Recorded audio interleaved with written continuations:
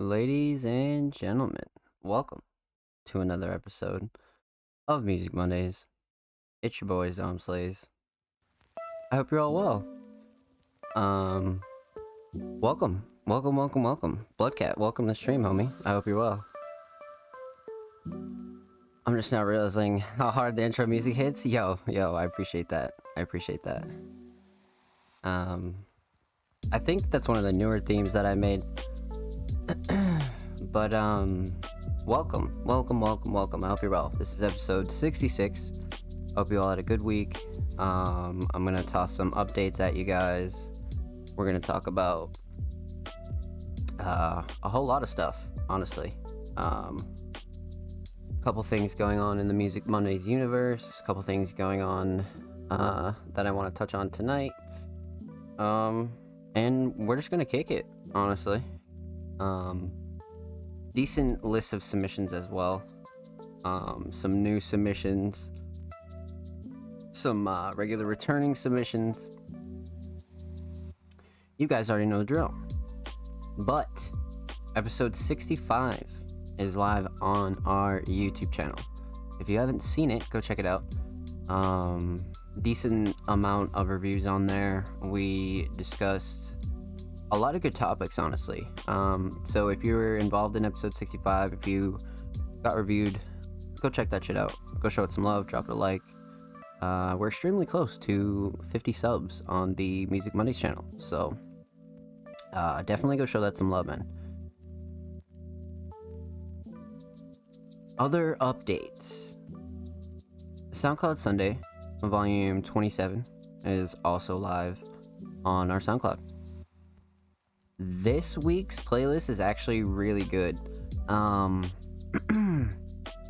It's crazy because like early SoundCloud Sundays were like okay, and then like the last like 7 or so editions of SoundCloud Sunday have been fucking bangers. So if you submitted, shout out to you.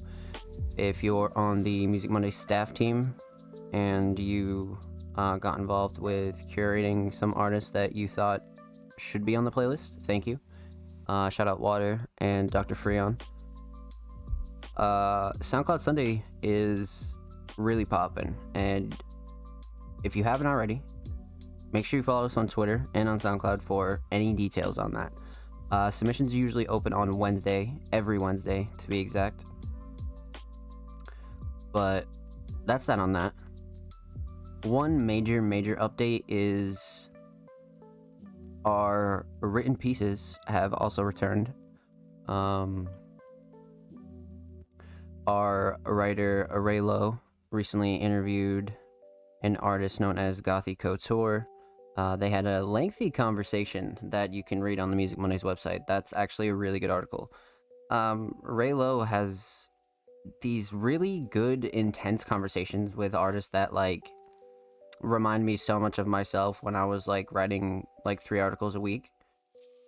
So it's a real pleasure to see Ray's passion for a lot of this shit. It's pretty nice. So if you haven't checked that out, make sure you do. Shout out Gothy. And of course, Music Mondays homepage is always linked in the description as well. If you're ever wondering where that's located. But one huge thing that we've been getting into here on Music Mondays is slowly updating our podcast archive onto Spotify and other audio platforms.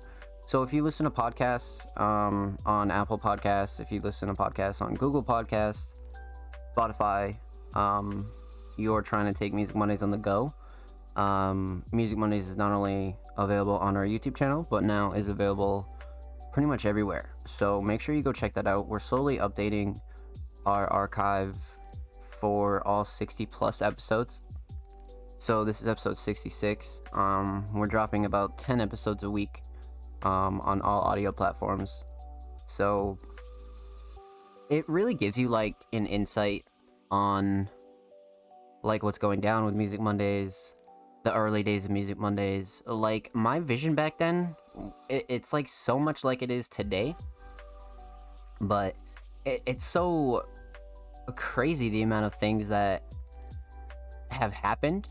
So it's fucking wild. Like recently, I was uploading a couple of, I think it was like the early 20s. um I was getting the audio files, and I was like, holy fucking shit. I think it was episode 26 or 27. I was listening to myself talk, and it was really crazy because I think there was only like maybe one or two people in the chat, and it was at the time where the old Music Monday staff sort of separated. We all went our separate ways. Some people quit, some people were just doing other shit. And it was like, it's such a crucial time in the Music Monday's growth. Definitely played a part in stagnating Music Mondays. But nonetheless, like episode 26 is just like such an insight on like my mindset back then. And like I'm talking about how like I'm like not giving up, and I'm like I just explained the Music Monday's vision, and it's like such a rare like look into the early days, because like I could have very well just like like given up, I guess, or like just got really aggravated, and I just kind of took it on the chin. In episode 26 and a lot of those early episodes sort of highlight the struggle it was for me to start my own platform, right? Because I started this shit out with my friends and the people I first met, and I was always used to having like a team, and like I was always management, and I was always like a leading figure, I guess you could say, in a lot of the plans that would unfold. But to do it like completely solo is like such like a different experience. It really is. Because even just making music, right? Because making music by yourself is one thing, but like trying to build like a platform by yourself is like, it was almost scary in a way, but like I knew I could do it. I just didn't know how to navigate everything at the time.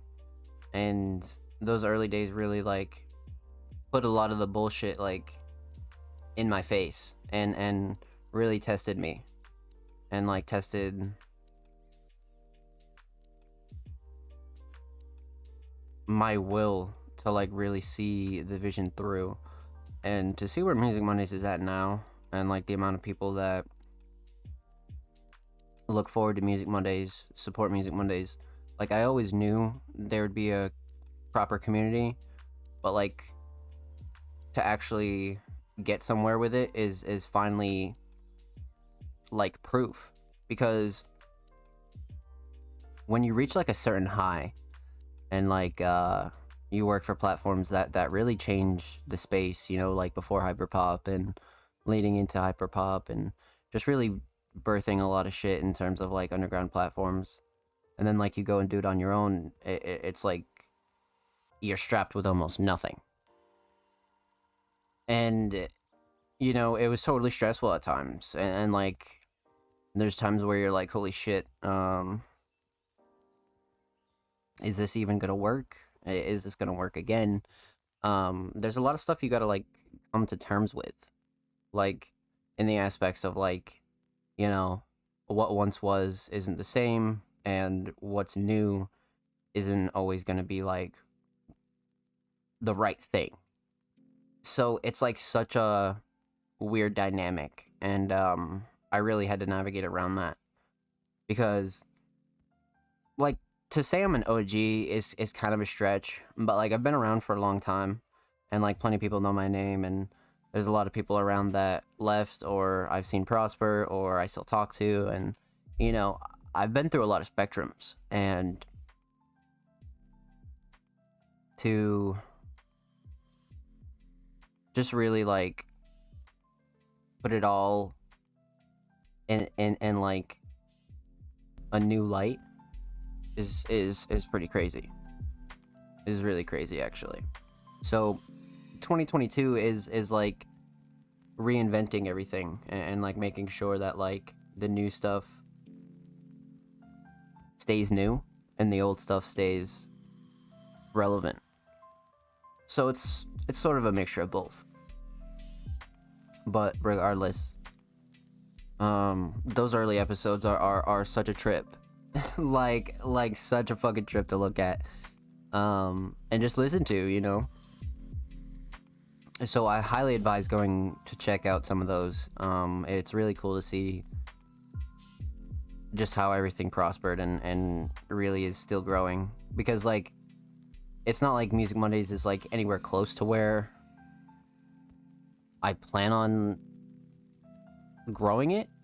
It's definitely not anywhere like 5% close to its full potential. But it's nice to be able to prove that it's still doable and you don't have to like be like other weird platforms. So with that said, early episodes are being dropped on all audio sites. Make sure you go check that out, man. Link will be in the description per usual.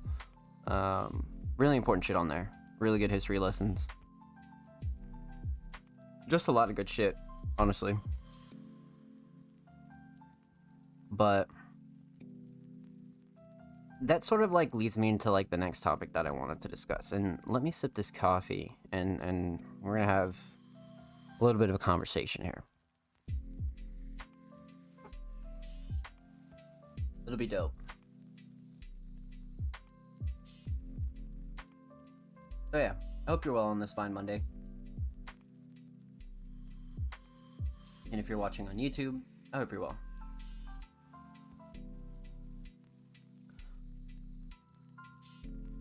So,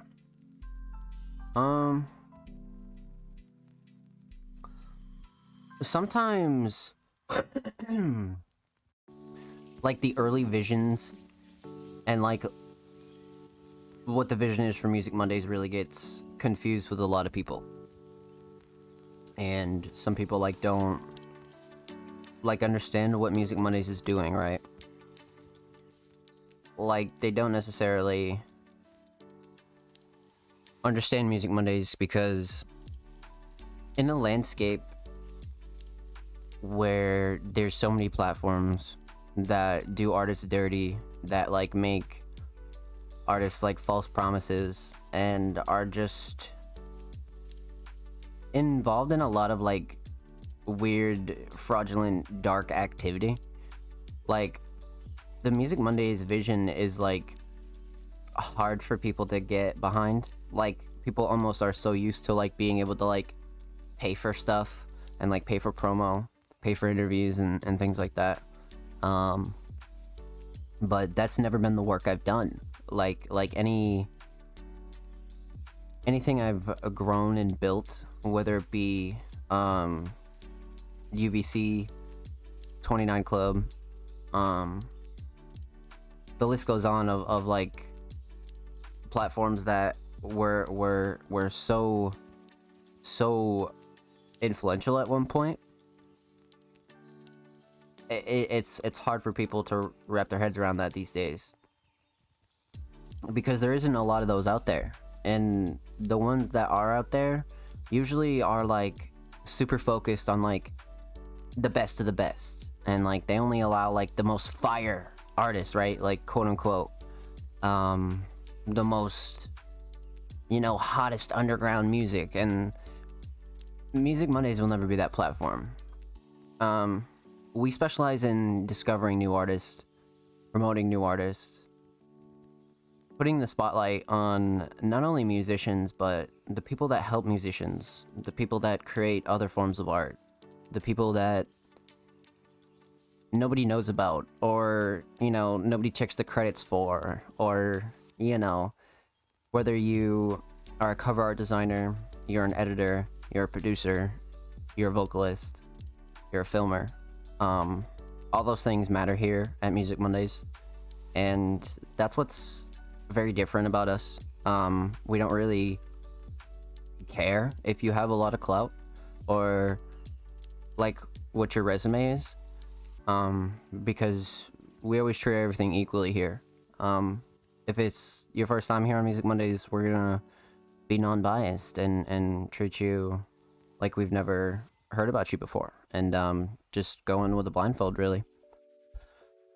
And a lot of people aren't used to that because they're used to like promises and used to like other weird things by platforms, because that like is so like easy to do, right? Like that's so easy. Like you can start a platform tomorrow and just be a piece of shit, like charging like $20 for posts and shit. Like, bro, I've been in this space for 5 years, right? 5 years. I've written close to 100 pieces. If you want to count reviews, definitely 100 written pieces. And never once have I charged for an interview, paid for an interview, none of those things. And if I had taken the money that has been offered me over the years, I would have a new BMW in my driveway, for sure. Like, I build and create things and make platforms to sustain artists that don't have platforms yet. Those artists that are so hardworking and so talented and just don't have a leg and don't understand where to go and don't know how to navigate. And this is truly a sanctuary. But the difference between us and everybody else is it's not just music here, it's everything. All forms of underground art, all forms of independent art. It's all very, very important. And there are a lot of people out here that need light shined on them. And Music Mondays is slowly like building towards a platform that can sustain all of that. And that's why I do this every Monday. That's why I started the show. That's why I had all these ideas. And when I left a lot of my teams and everybody separated, I knew that it was going to be hard, but that vision was still there for me. And it was still like, there was still a proper way to do it. You know what I'm saying? Like, there was still a proper way for this shit to be fucking done. And nobody had done it yet. It just, people let greed get in the way. People do shitty business. People fuck people over. And that's why it's so important to me, like, do things the right way and, like, create a genuine, honest place for all types of artists and creators to come together and find new creators and see what's going on in the underground space and promote all sorts of really, really unheard of creativity. And it's just always been very important to me, and it's why I started this, and that's how I'll finish it. So, in case anybody had a misunderstanding on what Music Mondays is, that's what Music Mondays is.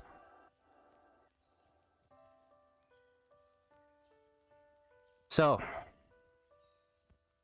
just had to touch on that. Sometimes people get, clouded, and granted, like, being a new artist out here isn't always the easiest thing, so it's understandable, One thing about, being in a creative space like this is you can never take anything really personal.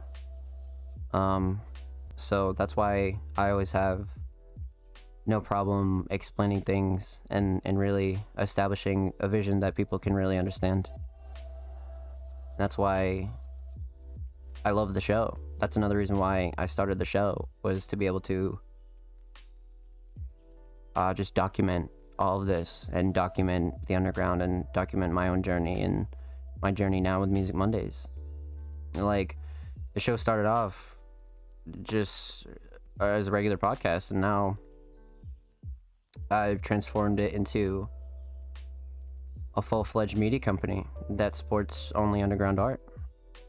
So that's something I always will try to not only make easily accessible to people, but just make people understand it best.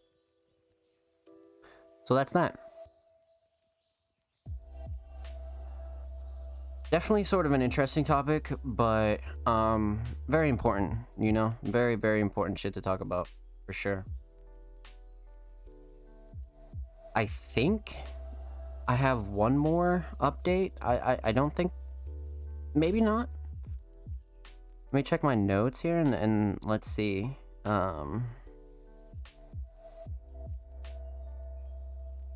Yep.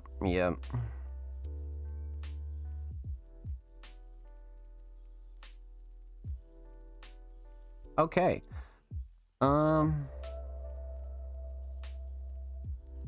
Yeah, honestly, that's literally it. We're good to go. We can actually move over to reviews. I have like a few more things we can talk about at the end of the show, but we can actually hop right into these because we have a pretty stacked lineup, I believe. Some first-time submitting artists, some new artists. You guys know the deal. But let's check this out, man. How do you submit to Music Mondays? If you're wondering, you're an artist, you've never heard of Music Mondays. How do I get involved? How do I get on the podcast? This is how you get on the podcast. We collect submissions via Twitter. Twitter is the easiest place to submit your work for us and to help really spread the word about Music Mondays. And we basically curate all of the art and links and submissions under these tweets every week. We don't do submissions via DM or email or anything like that. Our socials and email are really meant for other submissions, for interviews and reviews and such like that, if you'd like to pitch for that. But if you're interested in getting on the podcast, this is the only way, and it is via Twitter. Basically, we collect submissions under this tweet, and we go through them here live on the show. The reason we don't collect through DMs, not only for the other purposes I was just talking about, but just to keep the show free flow, to give respect to everybody else who submits their work. We don't have to tab out, tab in, click links, and do all this other shit. We can just get right to business and check out everybody's work. So, how do I know if I'm eligible? The only way, and the only thing that we ask before you submit your work is to follow the Music Mondays page on Twitter. That's the only precursor, really. Make sure you're following Music Mondays, submit your work, and that's it.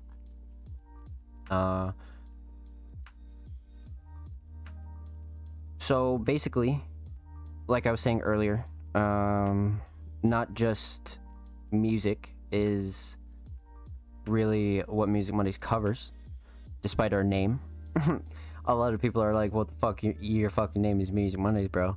Yeah, well, it's not, you know, there's a lot of things called a lot of shit, and they're not that, so don't think too hard on it. But Music Mondays is a media platform, and we do review and have reviewed all types of art, digital designers, cover art, fashion, merch websites, vocals, instrumentals, you name it. Music Mondays has reviewed it, pretty much. Short films, a whole lot of shit, honestly. So, with that said, let's see. 1,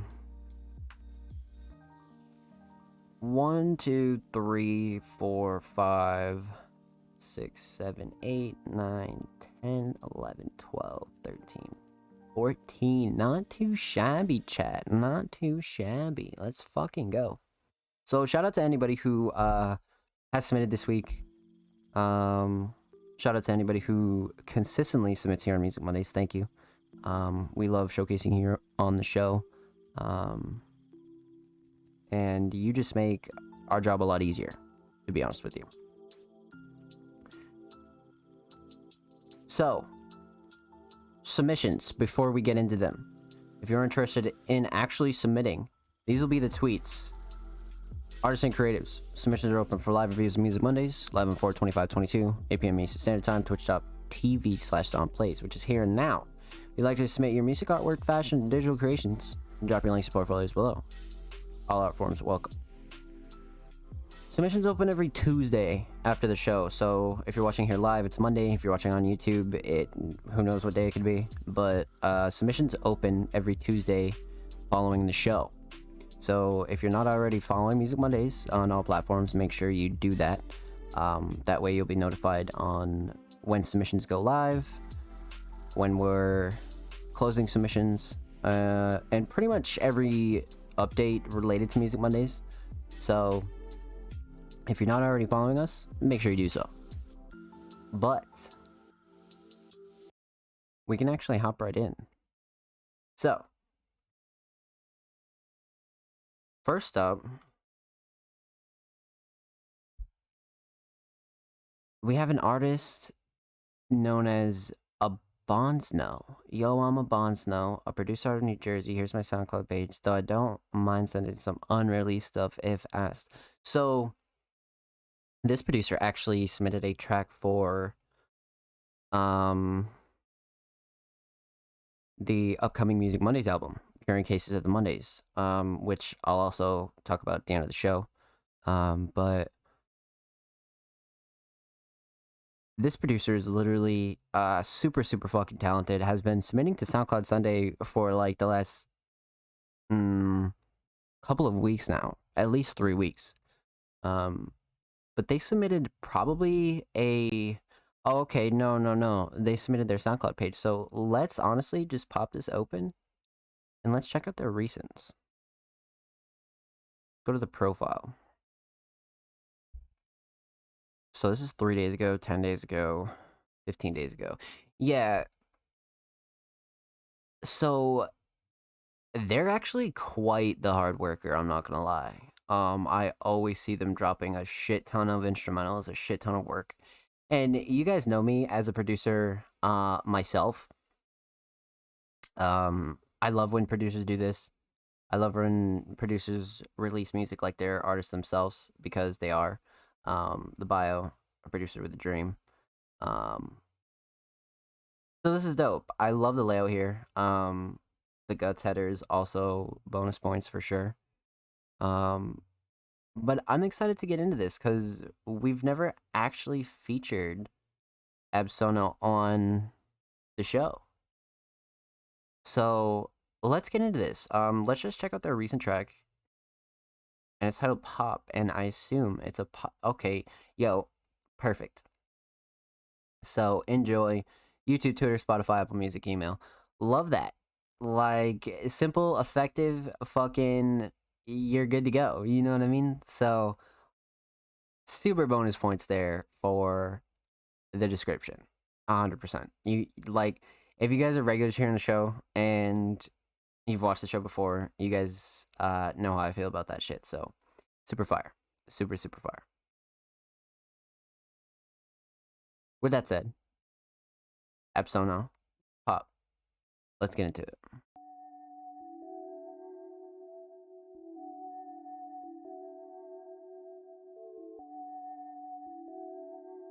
It's also labeled as trap. This will be interesting.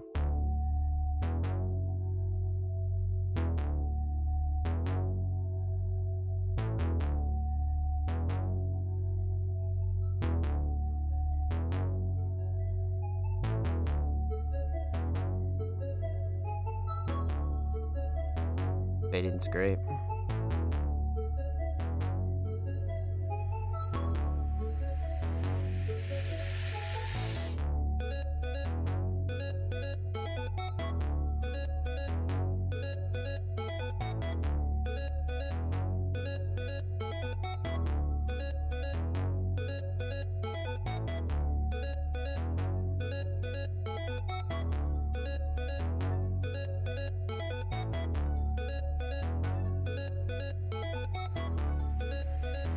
Ah, shit. Uh. Uh. Yo. That's how you fucking drop that shit. Whew. The kick. Yeah. Let's fucking go.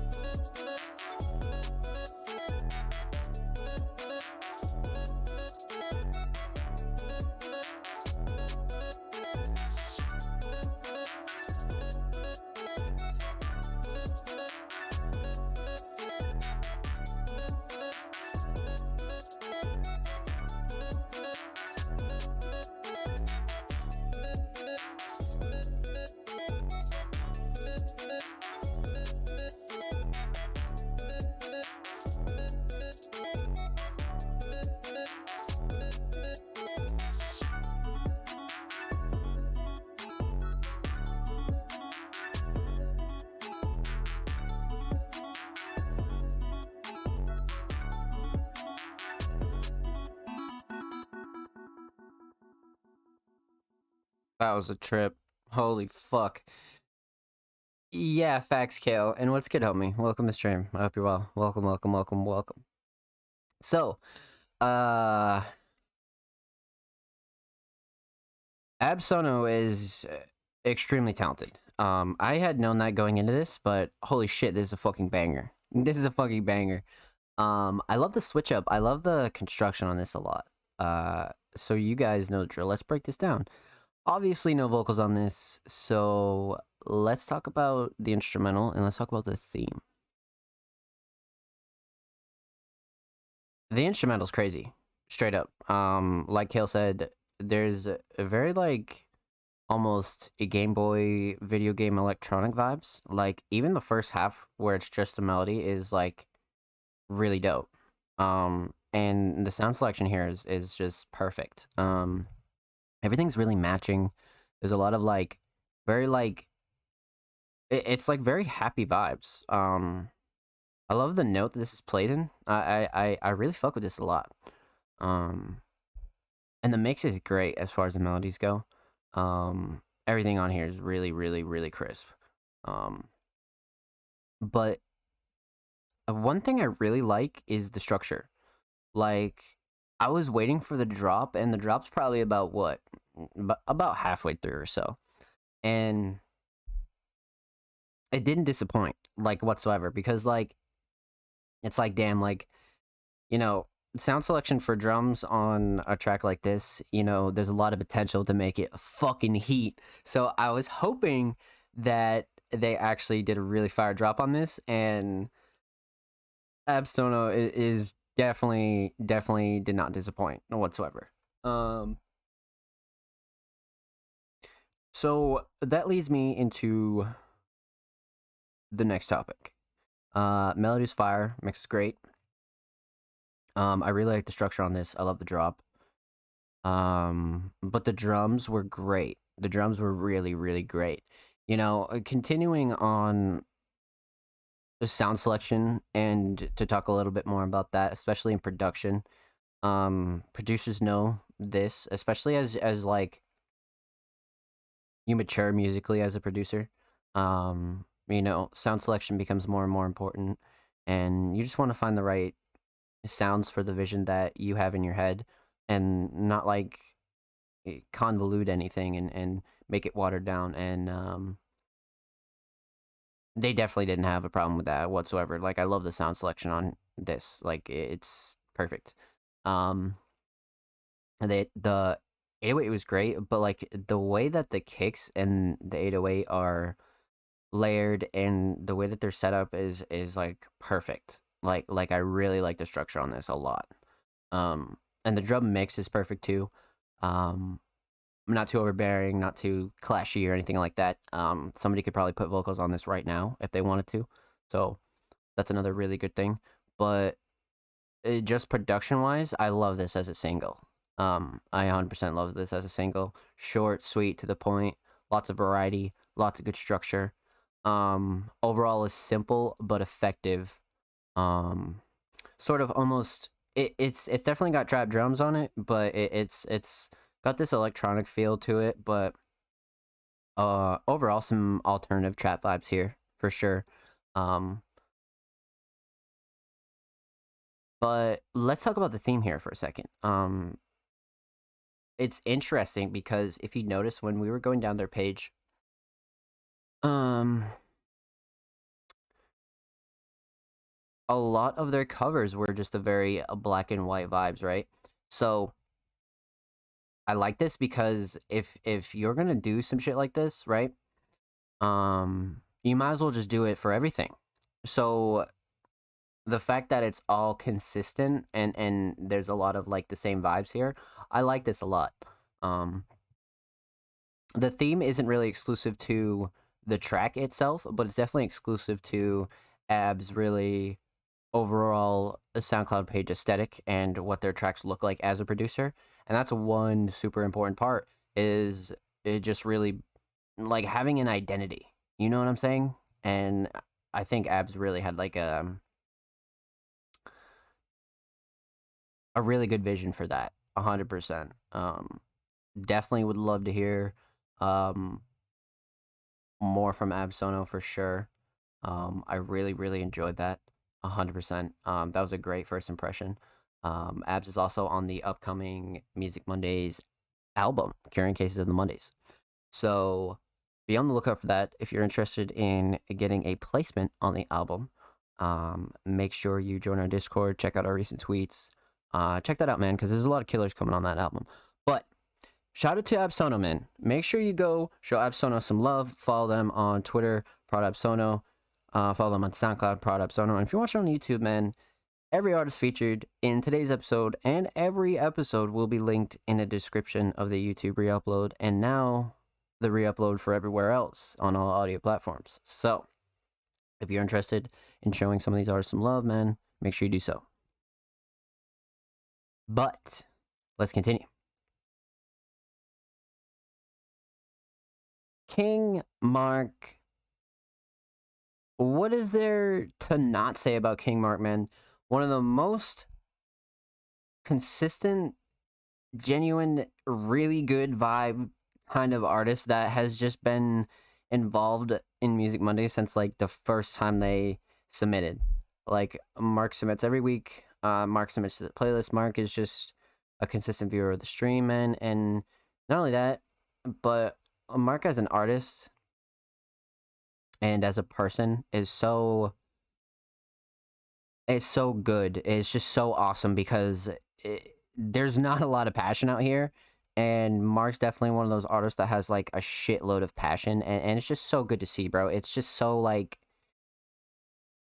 it brings me it motivates you. You know what I mean? There's a lot of like people out there that motivate me like that. And Mark working like he does and like having the ambition and like the drive to like really, put out new shit, learn new shit, put time into new shit. And then being like a really dope person on top of that, like with their personality. Pretty rare to find people like that. So shout out to Mark, man. But this week they submitted a track titled "I Hate This." Wasn't planning on releasing, so I don't know when it's coming out. But here's some real different. Yeah, like okay, let's fucking get it, Mark. Most likely a private track. So is it? Oh no, this dropped 3 days ago. Let's go. This was the track. All right, let's get it. So 3 days ago, this is like some real fresh King Mark here. We've reviewed everything from Mark to old styles, new styles. Pretty much everything of King Mark. We've had a sample of for sure. So with that said, I hate this. Prod Saint Mike, King Mark. Let's get into it. Oh, this instrumental's gas already. What the fuck?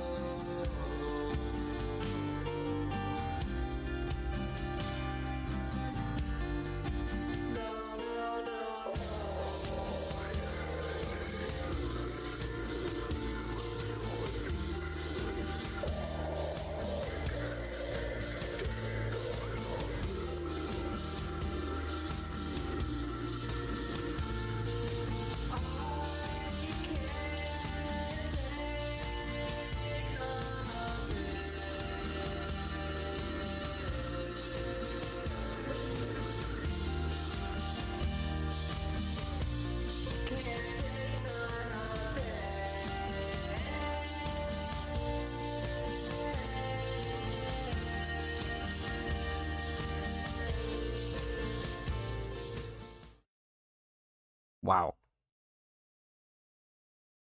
Wow. That was a roller coaster. Like that was a lot. Like that was a fucking passion pit. Like that was great. What did Mark say? He said I wasn't planning on releasing, to be honest, so I don't know when it's coming out, but here's something real different. I love this. Like this is like the kind of different where you don't know what to expect, but you know it's gonna be good. This is great. This is like the perfect mix of vocals like this too. But let's just get into it. We're gonna break this down by 3 categories. We're gonna talk about the instrumental. We're gonna talk about vocals, and we're gonna talk about the overall theme of the track. Amazing, for real. Yeah, Kale, I couldn't agree more with you, to be completely honest. Um, that was awesome. So, the instrumental. Let's chat. Um, Saint Mike is pretty commonly working with Mark a lot. Mark knows how to pick his beats from Saint Mike, 100%. Mike's a really, really good producer. There hasn't been anything that Mark has submitted prod Mike that I haven't enjoyed. It's very rare that you hear like in like a off song or an off instrumental from Mike. Um, and the other thing about Mike too is Mike is genuinely like such a versatile producer. Like this is an acoustic kind of like uh there's probably more live sounds in this than there is processed, and it's fire. Like, and like as a producer, like I think that shit's so sick to be able to like, bounce, from genre to genre. Like even Kale in the chat right now also reminds me of that, because Kale can like go from genre and sound to sound to sound and really like make different songs like that. So love the beat choice here. I think Mark and Mike, Mark and Mike, I think Mark and Mike go really well together. Um, and I'm always so used to hearing Mark on Saint Mike production. So this was a pleasure for sure. And maybe I'm biased, maybe I'm not, but I'm a sucker for acoustic shit. Um, I love the melody on this. The drums were great. The vocals were mixed really nice on this. Um, so all in all, great beat choice. Great beat choice for this kind of style too. Um, Sort of like a blending of the vocal styles almost. Because you have the more heavier vocals, and then uh, you have a Mark with this this singing that's like so emotional, and it's great. But all in all, the instrumental was great. Love the instrumental choice. Shout out Saint Mike for sure. But let's talk about vocals, man. I love what Mark did to this track. Like, I feel like this instrumental, Mark got it and just fucking. There's so many like forms of like raw emotion on here. Whether it be sort of like the background vocals, the singing, the heavier, um, almost. It's just so emotional. It's so emotional.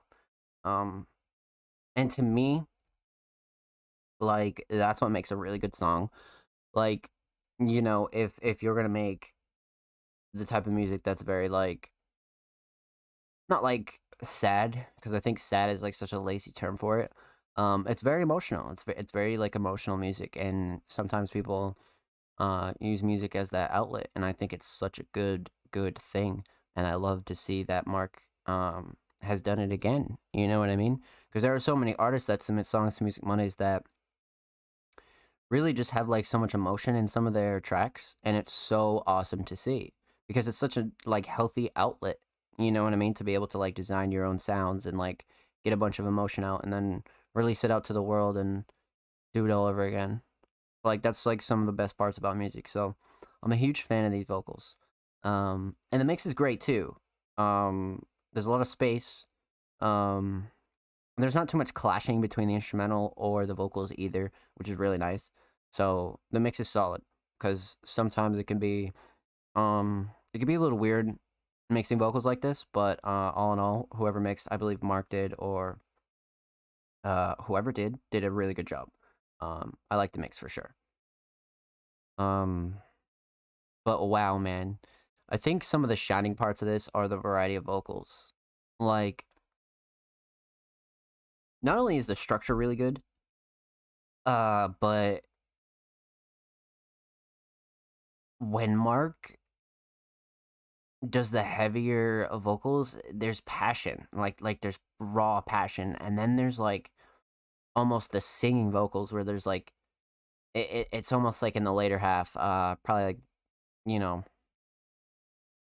mm, 2+ minutes in, and there's just this one emotional line, and like it just gets real emotional at the end, and like you could just hear Mark really just putting his all into it, and I think this was great. I think this was like really great. Um, and it's one of those tracks that like it's like such a chill instrumental, and then a Mark comes in and makes it so powerful. So like I don't know if like that feeling, but it's like such a chill instrumental, and like such like a nice big wide instrumental, and then an artist comes in and just sprinkles so much emotion and like rawness onto it. and it just makes this like whirlwind of like really really dope, um, really really dope sounds. I'm not gonna lie. There's a couple of songs that come to mind, but it's this very specific feeling. And like usually you hear it with alternative styles of music, but nevertheless, this is totally giving me that feeling, and it's such a good feeling. It's almost like rainy day, but like it's like already rained, and like it's like usually like the time when you see rainbows kind of shit. Almost that same feeling. When it's just like rained super hard, and then it like blows over, and then it's just like kind of like cloudy and muggy, and then like that's where you see a rainbow, and that's the kind of feeling I get from this. Very specific and weird, I know, but I like it a lot. I like it a real lot. And whether it be for other reasons or not, I'm glad you released this, Mark. Totally release anything you are proud of, man. If you're an artist out there, always be proud of your shit. If you put your heart into it and you feel like it deserves to be heard, uh, somebody's gonna pick up that message for real. This is really great to showcase. Mark, I would love to hear more of this style from you, for sure. But let's talk about this theme here. Mark's never been really one to like have a super like deep aesthetic theme. Mark will either go all in on covers and aesthetics or just won't do it at all. So here he went for the default approach, which is fine because he didn't even know if he was going to release this or not, and just felt like putting it out, which is really dope. And it gives that like real raw feel to it. That just it just makes this a gem. But as far as like theme, like within the track itself, um, lots of raw emotion. Just really one of those tracks you make and a track you listen to when you're just trying to like get out of your head and you're very angry. You're very like sick and like at your wit's end, but you're not very like you're done with being sad. Not like done, but like you're just not sad that time and you're just very angry. And there's multiple stages of this. But as a listener and then, being around artists and being an artist that has made all types of like spectrums of emotional music, this is definitely one that you either put on when you're very angry or you make when you're going through it and like you're angry at shit. So the theme is very important here. There's a lot of meaning behind it, and you can just really like, cause like there's like the lyrics aren't that deep, but like you don't really need them to be when there's as much like passion in them, like as there is right here. So theme is very important, 100%. And like I said, man, I would love to see more out of this. Um, I would love to see almost like a whole Mark EP like this for sure. I feel like this would bang. But regardless, I I really love this for sure. That was great. That was fucking great. It's just so baffling sometimes when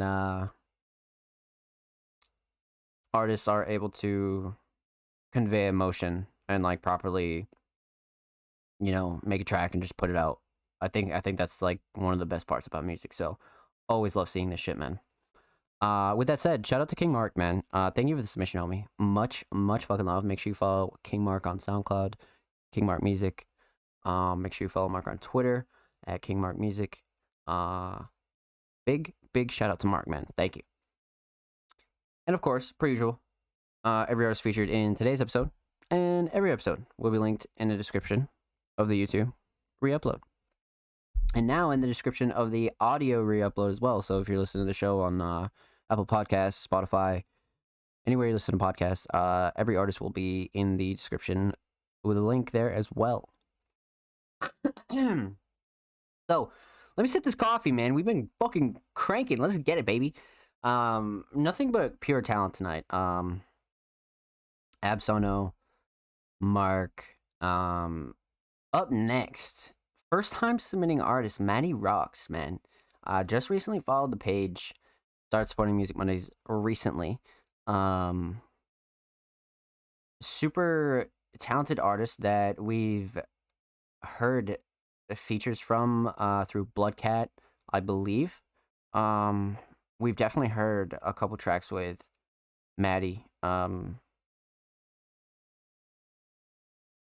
with Bloodcat. So this is interesting. But they submitted a track titled Down Bad, and it's by Freshen Up. And Freshen Up, I'm not familiar with. Let's check this out. Freshen Up, the last boy band. Oh shit. The last boy band. Okay, so I imagine, hold on. So Lil Skunky, Rocks, Busby, and then Bloodcat. Okay, so probably a trio, right? Probably a trio of it's got to be a trio. Because Skunky is Bloodcat's alter ego, so we got Maddie, Busby, and Bloodcat. This will be interesting, man. This will be really, really fucking interesting. I don't know what to expect, but this is submitted by Maddie Rocks, so definitely gonna have Maddie in it for sure. Oh shit, yeah, fact scale. All right, Down Bad, Freshen Up, the last boy band. Let's check it out.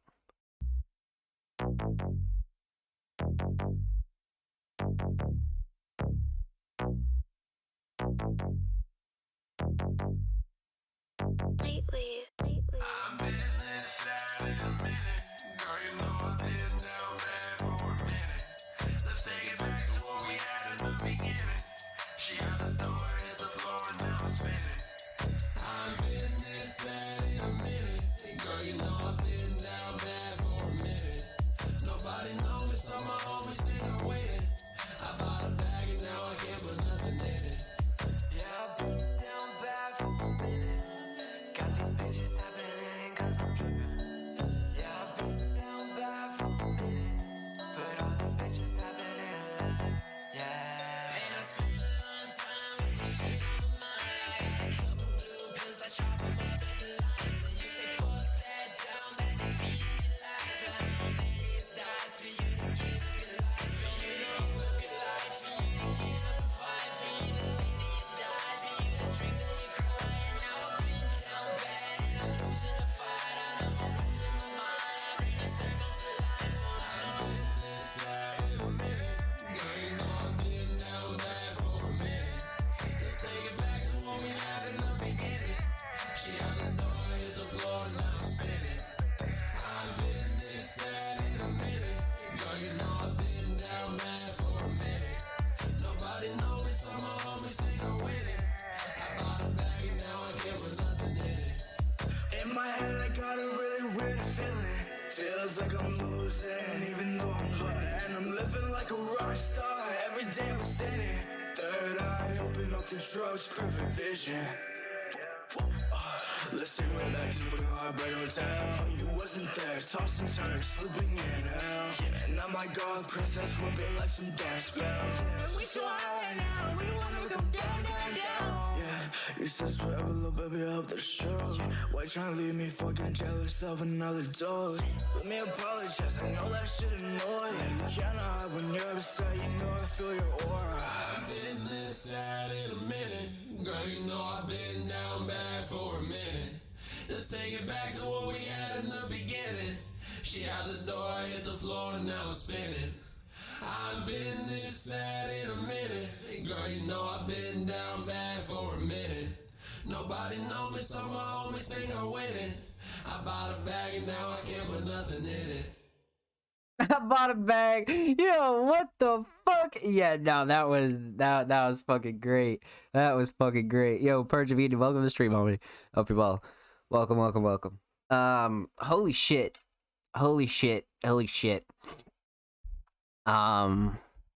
Wow. Okay, so I love this trio. Like this trio is like, they complement each other so fucking well. I have a lot to say about this. But I do want to say that this hook is like 10 out of 10. Like, this hook is really, really fucking good. Like, by the second time that the hook came around, it was definitely already in my head for sure. And that happens like every fucking time with fucking Bloodcat, bro. This motherfucker creates the craziest hooks. Like, the craziest. Alright, alright, alright, let's get it together. So, you guys know the drill. Let's break this down. And we're gonna talk about three things. We're gonna talk about the instrumental, we're gonna talk about vocals, and we're gonna talk about the overall theme of this track. And the cover's crazy too, by the way. But we'll talk about that later. This instrumental is great. It's tagged as pop or rap, and like I feel like that's a very like accurate tag for sure. Because this beat has like such like a pop foundation, but like there's a lot more to it. And it's such like a very like, it's a beat that not a lot of like people could tackle the way that these three tackled this. I'm not gonna lie to you. It's a beat that's like very like, okay, picture beats and instrumentals, right? And there's like difficulty levels, and there's novice, there's like advanced, and there's like expert, and then there's like fucking nightmare or something, right? This is like expert level instrumental, because there's a lot of flexing room to do, right? But if you don't use it right, I feel like it can sound like it just not good. And this was done so well, for sure. Shout out Nightwave. Definitely shout out Nightwave for sure, because holy shit. But melody was great. I love the synths on this. The mix was awesome. Like literally everybody's vocals sat really well on this. Everything was crisp, honestly. Very crisp. Like, I always fuck with Bloodcat's beat choices, so it's kind of no surprise that these three sort of hopped on this with ease. So I like the instrumental choice a lot. A real lot, for sure. Man, let's talk about vocals, bro, because what the fuck? So Bloodcat here does such an excellent job at once again really like creating a hook that's like simple, but like it's not like repetitive, and it's so catchy. It's so catchy. And it's not like hard, I guess, to create a catchy hook, but it's hard to like perform a catchy hook. And I think a Bloodcat really performs his hooks really fucking well. Like really fucking well. So I feel like a Bloodcat really laid a foundation for Maddie and Busby to really do their thing here. But before we dive any more into that, the mix here on everybody's vocals is really dope. Like I said, it sat well on the instrumental. As each verse went on and the hook, like there really isn't much to a gripe about whatsoever. I think this is a really crisp mix. And sometimes can be very hard, you know what I mean? Like, especially when you're dealing with collabs and everybody likes, you know, vocals mixed this way, that way. Sometimes shit can get fucked up, jumbled up, whatever. So tracks like this really sometimes can go smooth, and then sometimes can be like a whole fucking process. And I think this went over well, man. I like this mix a lot. Very consistent across the board, for sure, vocally. But definitely a shining star to me is The Hook by Bloodcat. Perfect foundation, and it just simple, catchy, effective, and really performed well. Um, you don't really have to like go too hard to like really create like good, catchy kind of tracks. And I feel like sometimes people overthink shit, people try to do too much, or, you know, everything I've heard from Bloodcat really is like designed for Bloodcat. I feel like Bloodcat really has no problem deciding on what kind of sounds him and anybody he's with really sound best with. And I think sound crafting like that and just really like knowing what you can do is really really dope. But let's talk about the second verse. Um, I feel like everybody here on this track really brought their own sort of element, but they didn't really stray too far from each other, which is good, right? Because one of the things that they say on their page here, on the Freshen Up homepage, is the last boy band. So you don't really like have to like they're not features, right? You know what I mean? Like they're not fucking they're all one sort of vocal but made up by three people. And I feel like that was good to distinguish. Because if you know who this group is composed of, you won't have a hard time deciphering verses. But if you don't, you still have a pretty easy time knowing that there's like a hook and two other verses, which is really dope. Like I feel like that's like a really good core element to have, whether you're a collective, you're a group of artists, you have a group project, or shit, a band. Same thing, right? So I like the similarities for sure. Um second verse definitely destroyed this track 100%. Um it was so good to have like structure like this because Bloodcat comes in really really nice with the hook. Second verse goes really really hard. But you can almost get like a palate cleanser with the hook again, and then your ears are ready for like another verse. And this last verse is like consistent with the hook in the last verse, but it's got its own like sort of flavor to it. And like I said, the mix is pretty consistent across the board, but they all sort of like have their own rawness that allows you to decipher almost everybody's personal sounds, if you know what I mean. You're able to really distinguish three artists from this for sure, no matter even if they are like one collective group, which is really nice. I think that's a really good core element when you want to talk about collectives, groups, uh, artist projects, anything like that. I think that's a really great element. Um, you guys know how I feel about features, right? Like as to where fucking, you know, if people got to be able to add something to a track, but you don't really want to like fucking sound too much alike. I think this is like the perfect balance of that. Freshen Up really like spreads themselves really wide and like evenly across the board. And I think Bloodcat's really the anchor here, right? And then Maddie and Busby are just able to go fucking crazy on a track. So I think that's really good. I think one thing here is they're able to like it's almost like a fucking transformer, bro. Like they're all bringing something to the table like a team, but they're all being recognized as one. So there's a lot of like really cool undertones to this. So we'll talk about the theme here for a second. The theme is really dope. Aesthetically, it covers awesome. I love this font. Simplistic,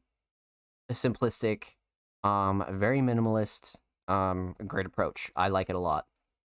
Um, and just being down bad, man. Like being down bad, whether you're down bad in this way or that way. I feel like the hook and two other verses covers like a pretty wide basis of people being down bad in all forms of life, ways, shit that you go through. So this theme really covers a pretty big, broad spectrum of, you know, being down bad. So more people are like able to relate to this, and then on top of it, it's like a bop, right? Like it's very like makes you bop your head, and it's not like sad or anything, but like there's like a lot of good sad like undertones here that people are like, oh, that was hard, oh, that was sick, oh, I relate to that, and it's what makes people go, oh, I love this song, and like, you know, their favorite, you know, line comes up and shit. Like this is definitely one of those tracks for sure. So all in all, hook was great, vocals were great, instrumental choice was great, theme is awesome, man. I think the thing that I love here the most though is the fact that everybody came together to bring something to the table, but you all can like move as one, but you're like all very like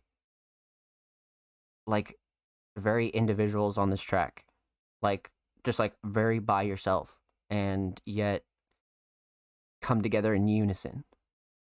So I think that's fire. I like this trio a lot. I think this trio can go far, regardless of whether you wanted to take it serious or not. I think you can go far and just come up with like a really good catalog of shit. You know what I mean? And just really put it out for the world to hear. And to be honest, regardless of the goal, Freshen Up is definitely fire for sure. I love this trio 100%. Down Bad was great for sure. Shout out Bloodcat, shout out Maddie, shout out Busby, man. Thank you for the submission, homie. Much fucking love. First time submitting artist Maddie rocks. Bloodcat's always on the show, always tuning in, always showing love, super active in the Discord. Busby, we've definitely heard a couple tracks from. Go show all three of them some love. Everybody will be linked in the description of the YouTube re-upload. Make sure you follow Maddie Rocks on Twitter. Make sure you follow Freshen Up on SoundCloud. Freshen Up. And yeah, you guys know the drill. If you're watching on YouTube, click the description box. Every artist in today's episode and every episode will be linked there. Awesome. Awesome. So, so far, we've had some fucking heaters, chat. We've had some fucking heaters. Absolo, Mark, Maddie. Up next, we have an artist, I believe, first time submitting artist, I the worst. Yeah, I don't believe we've submitted anything. Or they've submitted anything to Music Mondays. But they are a relatively new supporter, so this should be interesting. How do we submit? Submissions open every Tuesday, and then they close when the show goes live. So submissions will be open tomorrow. So, yo, Cole, what's good, homie? I hope you're well. Welcome. No worries. This is the first time submitting artists. We've never reviewed their tracks here on Music Mondays. So, let's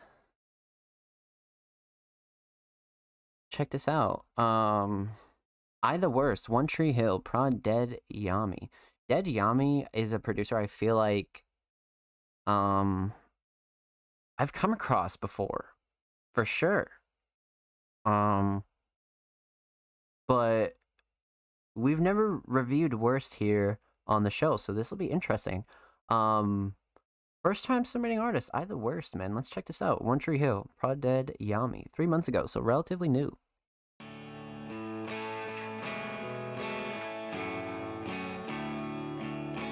Cover's fire.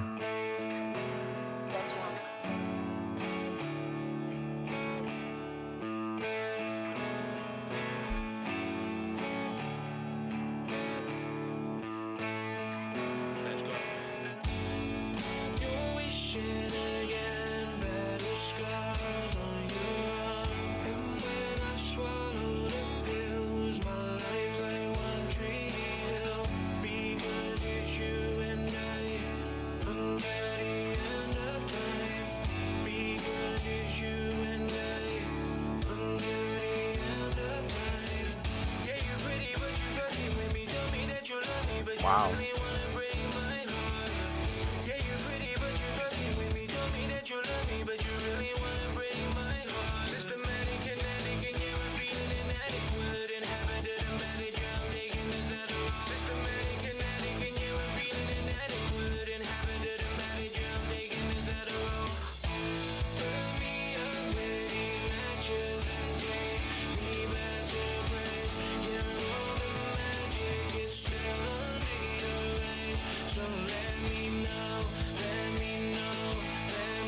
What the fuck?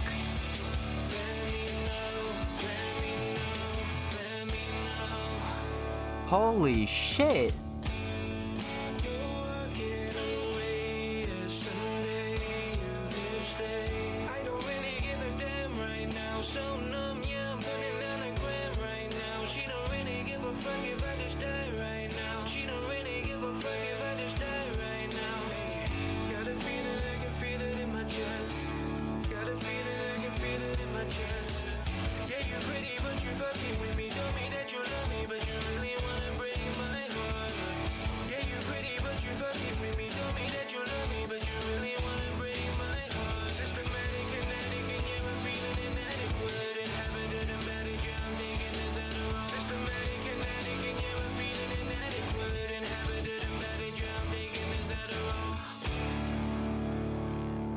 Holy shit!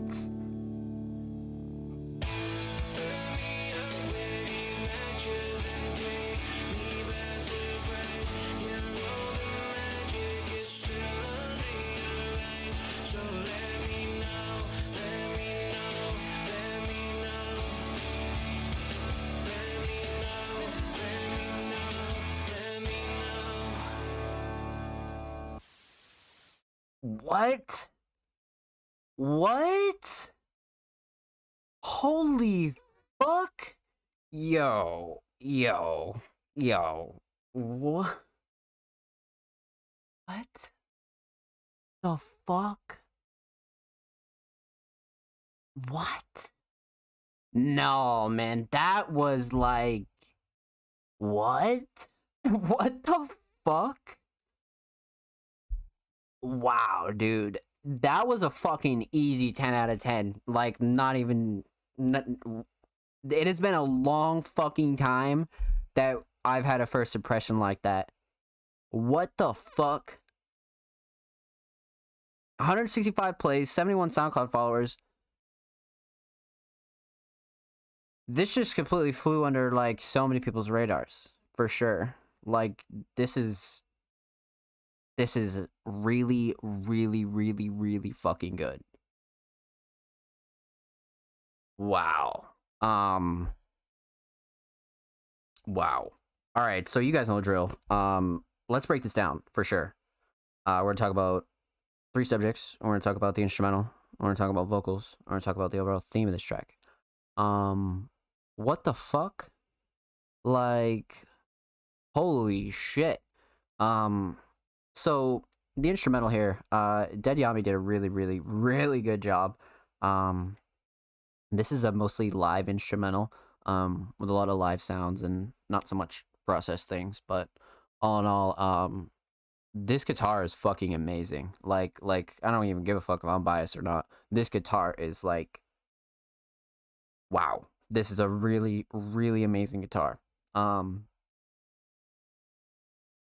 just can't believe how well the vocals and the instrumental blended here. I don't know if this was like a custom beat or something like that, but this came out so fucking good. So the guitar was great. The drums sound great. Everything on here as far as structure and mix is perfect. Dead Yami's like, wow. Like fucking wow. But I love how the vocals sound on this a lot. This is definitely probably a mixing nightmare. It can go one of 2 ways, right? It can go really, really smooth, or it can go really, really fucking bad. And you take, 3 years to mix a track like this, but this came out amazing as far as the mix goes. So shout out Dead Yami, man. This is a great instrumental choice. And I think Worst really sounds awesome on this. Really, really sounds good. Um,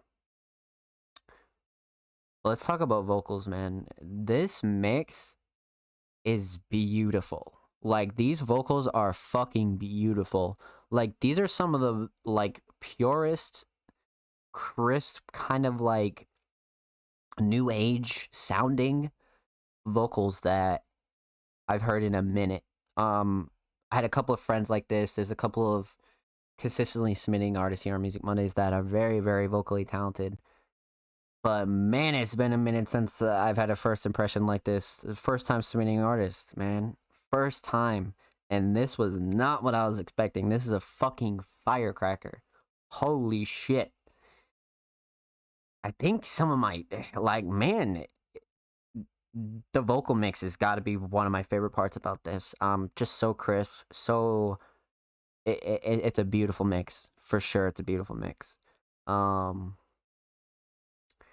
sounds great on the instrumental, but one of the other really really great points about this track is the writing. You saw me scroll down and um read some of the lyrics, and the writing is great. Like some of these bridges and just the hook and just the way that Worst really like structured all of this and was able to perform it the way that he did is so fucking fire. So fucking fire. This song is actually from an EP, which is crazy. Like, I think that's great that this is like just the second track off of like an EP. Because like usually people be like, oh, this has to be a single or whatever. Nah. The fact that this is on an EP tells me that there's like way more of this to be heard. And that makes me excited as fuck. Um, this was amazing, amazing, amazing, amazing. Um, so the mix is one of my favorite parts for sure. Writing was great, very emotional writing. And the performance was awesome. A very emotional performance. You could tell that Worst really um took some time writing this, took some time performing it and recording. Um, I think it all came together so well, and the fact that the track's titled One Tree Hill is awesome. Really, really fucking awesome. Um, but one of the greater parts about this too is the hook. The hook is very like a really like a good refresh point in this track because there's a lot to take in the verses. So I feel like the hook just gives you a chance to like absorb what you just heard in the prior verse. So um just led to some really really great structuring and really really just made for an overall really, what's the word, consistent track, to be honest. um but also kept its variety. So instrumental great, vocals I'm in love with for sure. um let's talk about this theme here. This is a track off of um an EP by Worst titled My Boyfriend's Band Sucks. And the cover's great. The cover's really, really great. Um, you know, you don't really have to go too crazy with covers, you know, as like it's all in what you want at the end of the day. Like you want some like really big fancy cover, do it. You want some like super minimalistic cover, do it. You know what I mean? But what matters is if the cover encapsulates the vibe that you're trying to hopefully hopefully does give off, right? Um and I think this was a perfect sound and a perfect cover to match. 100%. But lyrically this theme was very emotional, but in a way where it's like you like get super drunk and listen to this with like your best friend or something like that if you're going through it, or like, you know, maybe you're by yourself and you're going through it. It's definitely one of those songs that like you remember and you're like, damn, that's why I listen to music. That's why I love music. And that's why I love music. As Zom Slays, that's why I create the instrumentals that I do. That's why I um have always enjoyed music and why it's had such a big impact on me is because emotional tracks have got me through some of the hardest times of my life ever. So I will always have respect for these kind of tracks and always promote people um creating music, you know, as a healthy way of expressing themselves, no matter whether they're happy, sad, angry, you know? So, one of my favorite parts about this for sure. But man, what a first impression. What a fucking first impression. Shout out I the Worst, man. That was an awesome, awesome first impression. Can't wait to hear more of you. I hope you submit again. Thank you for the submission as well. Everybody go listen to One Tree Hill. Everybody go follow I the Worst. Extremely, extremely, extremely talented vocals. Just wow, wow, wow, wow, wow, wow. That was awesome. That was really, really awesome. And make sure you follow I the Worst on SoundCloud. Make sure you follow I the Worst on Twitter at I the Worst.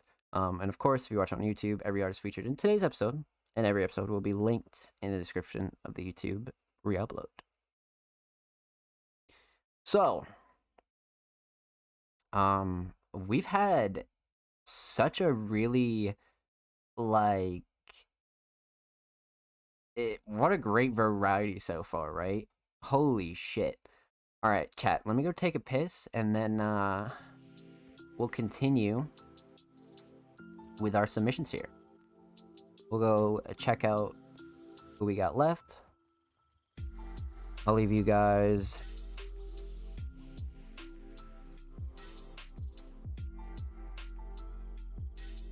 with a... Oh, hold on. Boom.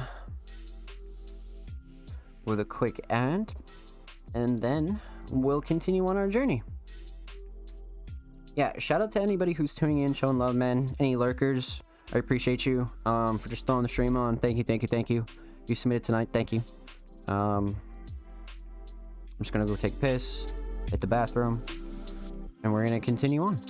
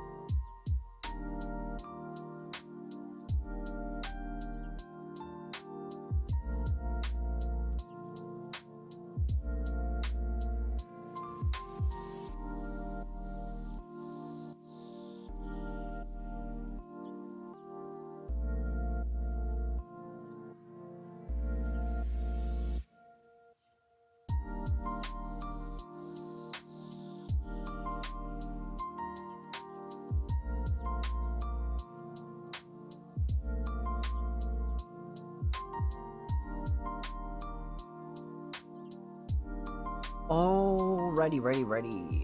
We are back. And good to go.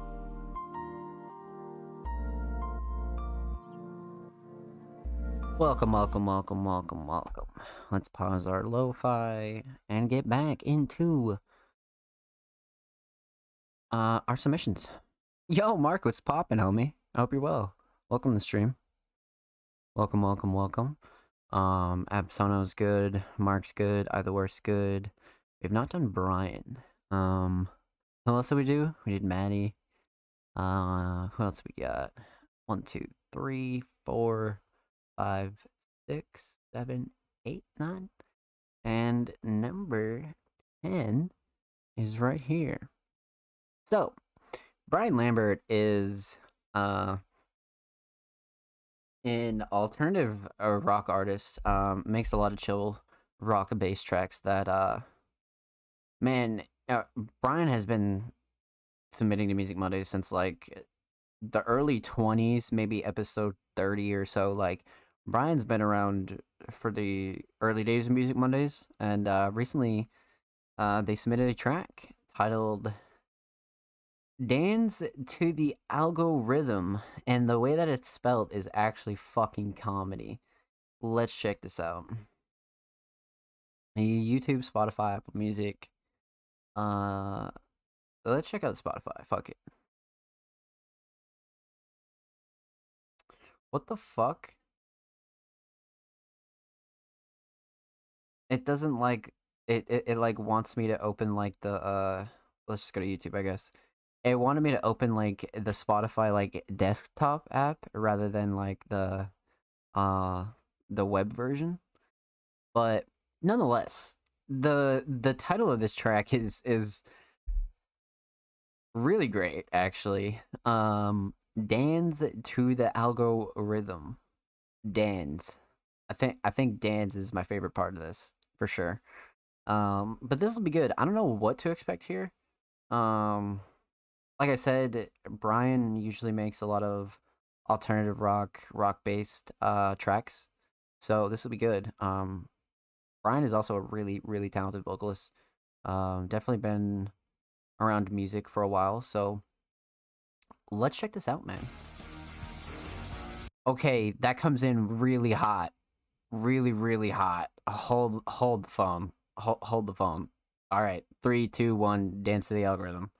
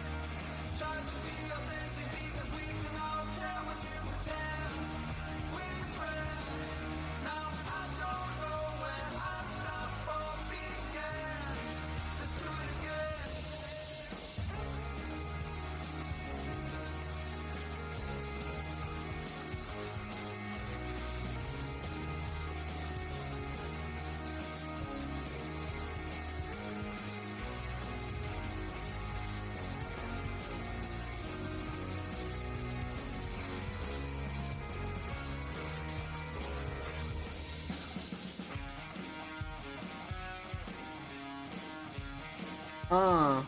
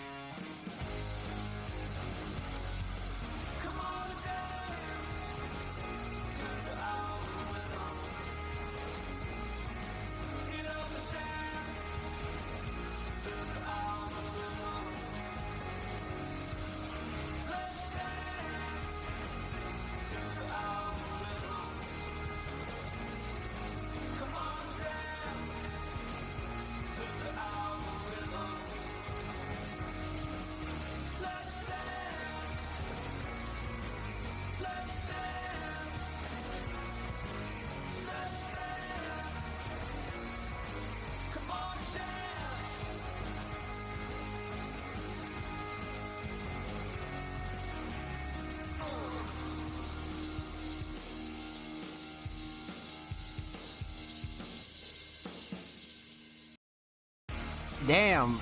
Okay. That was kind of vibey. Like I didn't. That was interesting. Yo, Asher, what's good, homie? Welcome to stream. Submissions open every Tuesday. Submissions close after the show goes live at 8 p.m. You can find more details on our Twitter at All Music Mondays. But man, this was vibey. It kind of caught me off guard where it came in slightly hot, but nonetheless, I definitely enjoy this. Couple talking points here for sure. Um, but regardless, let's get into it. You guys know the drill. We're gonna talk about three things. We're gonna talk about the instrumental. We're talking about vocals. We're gonna talk about the overall theme of this track. Um, so the instrumental. The instrumental is definitely Brian Lambert stamped and approved.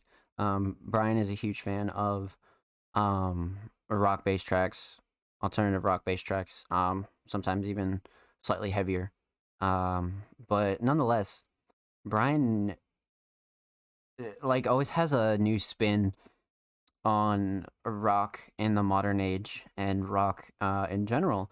So this is kind of an um interesting track, I would say, compared to what Brian normally submits. This one's very high octane, very high energy, very upbeat in a way as well. I feel like Brian definitely did a good job at like keeping the energy going as far as like vocals go, but this instrumental alone could be a song by itself, 100%. But overall, a great instrumental. Um, Great live instrumental at that. Nothing too processed or anything like that. Usually, that's the style that Brian um likes making tracks with. But all in all, um, it's pretty. It's like such a respectable move to be making rock as much as Brian does in 2022. I really feel like Brian wholeheartedly is always trying to put a new spin on rock, add new sounds, and just really try new things. So this instrumental was a little proof of that, 100%. There was a lot of good energy in this. I liked the instrumental a lot. The mix was good as well. I almost feel like the instrumental was slightly too loud, but it didn't like make or break the track whatsoever. Yo, Jovan, what's good, homie? I hope you're well. Welcome. But the mix didn't really like make or break the track for me. That's just really a small gripe. I did find that the instrumental was slightly too loud compared to the vocals, but it totally didn't draw a line or anything. Um, Speaking of vocals, let's talk about vocals here. Brian's a super fucking talented vocalist, man. The amount of variety of rock sounds and rock tracks that Brian has not only submitted but has in their catalog is just amazing. Brian is a rock vocalist through and through, and has no problem telling you that. And I think it's like I said, very respectable. To hear somebody consistently making the genre of music that Brian does. It's really dope. It's really really fucking dope. Um, the mix was great. Um, like I said, the instrumental was really the loud part, but Brian's vocals were perfect. Brian doesn't really, go too crazy with the mixing.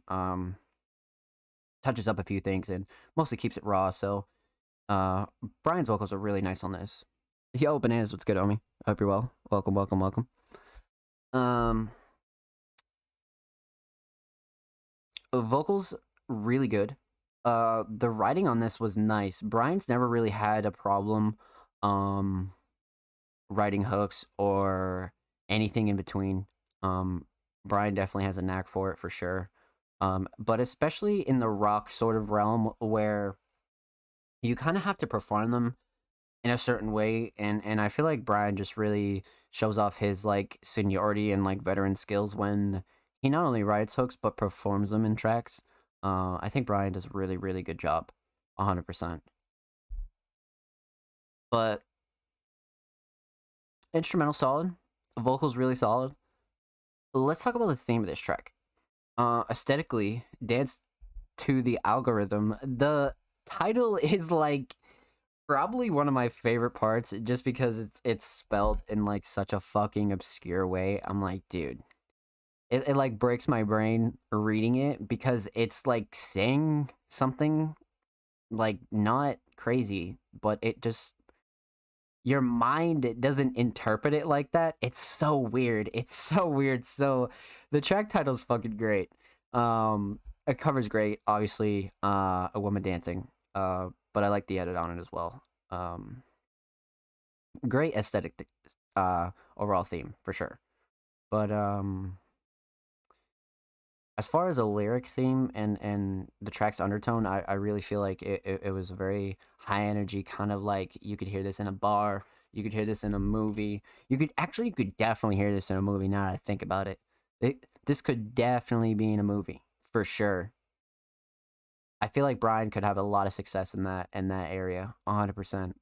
Um, but regardless, they are a good example of modern rock through and through. Just straight rock and like what artists can spin on it. You know what I mean? And just try new things vocally and instrumentally. So I always fuck with Brian for that, 100%. So with that said, shout out to Brian Lambert. Make sure you show him some love. Make sure you sub to them on YouTube. Check out Dance to the Algorithm. Make sure you follow Brian on Twitter at LambertBrian7. Um, and of course, every artist featured in today's episode and every episode will be linked in the description of the YouTube re-upload. And if you're watching on YouTube, make sure you subscribe, show some love, drop a like. Check out the description for all these artists, man. And if you're listening on Spotify or any other audio platform, thank you. I appreciate it. Every artist will be linked there as well. There'll be a link you can click and it'll take you directly to the YouTube. So make sure you check that out. So, man, shout out to everybody who submitted tonight. It's been a real pleasure. Like, we've had such a great variety and a lot of surprising tracks, I'm not going to lie. A couple of first-time submitting artists. It's been great. It's been great. Absono, Mark, Either Worst, Brian. Who else did we do? We did Maddie. We got a couple more. Let's dive into these. So I think up next. Yep, Brian's good. Everybody from the top. Yep. Because if you like refresh the page, the order fucks up. So now I gotta remember who we already did. But Mac 2 times, man.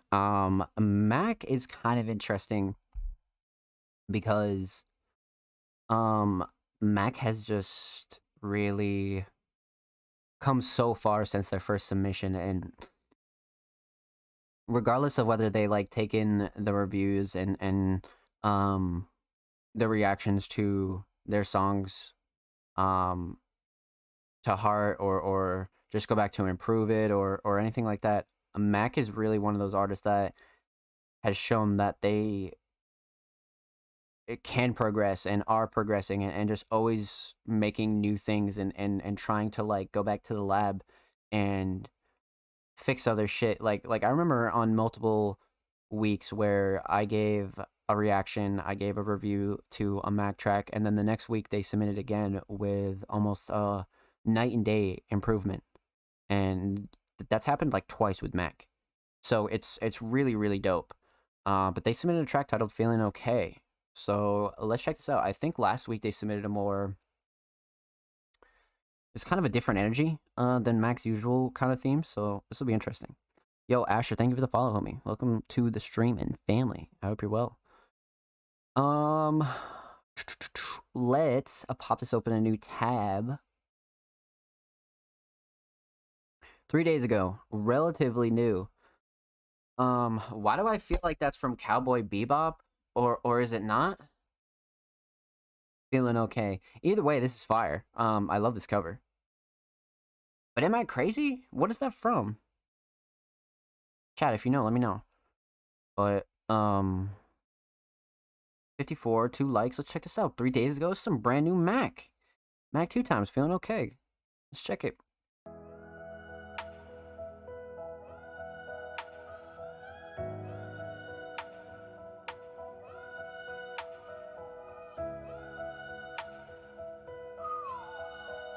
You thought I was broke, but I'm up now.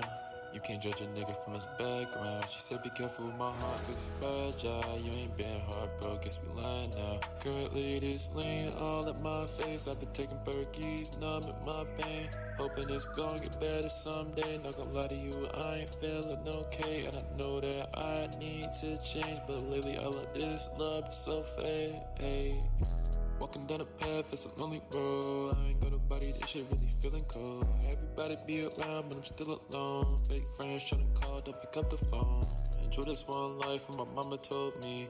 Had a dream to do this since I was 14. I'm up steady tryna work, I don't need no sleep. Wanna get the money till it's on repeat. Going down this hill that I can't see. Swear this shit is just so steep. That's the reason why it's so risky. I'ma tell you once, babe, is you listening? Cause you got me in my feelings so deep. You know that you always can trust me. You the one making promises that you can't keep. And you the main reason that we here. The end of our road is very near. Just know that it ain't you I fear. Baby girl, I'm just trying to make it clear. I'm scared of this heartbreak shit. Cause I don't wanna repeat and then have to drop another tear. No, I don't wanna drop another tear. Scared of this heartbreak shit, don't wanna drop another tear. Currently this lean all in my face. I've been taking Perkies, numbing my pain. Hopefully it's gonna get better someday. Not gonna lie to you, I ain't feeling okay. Jordy owns a track. You thought I was broke, but I'm up now. You can't judge a nigga from his background. She said be careful with my heart cause it's fragile. You ain't been heartbroken, guess we lying now. Currently this lean all at my face. I've been taking Berkeys, numbing my pain. Hoping it's gonna get better someday. Not gonna lie to you, I ain't feeling okay. And I know that I need to change, but lately all of this love is so fake. Looking back, I should've never trusted you. Ignored all the signs, even though they was in front of you. Don't remember how we ended up talking first time. We was texting, you said I was unapproachable. Soon as you hit me up, I was blocking. Seeing your name in my messages had me so uncomfortable. But for some reason, I was trying to see it through. Walking back and forth, asking should I really fuck with you. To be honest, I was thinking with my dick, cause I promised that I could never fall back in love with you. Let it be a heartbreak song, but you gon' keep listening to it, driving late night on the Avenue. Currently this lean all in my face. I've been taking Perkies, numbing my pain. Hopefully it's gonna get better someday. Not gonna lie to you, I ain't feeling okay. Not gonna lie to you, I ain't feeling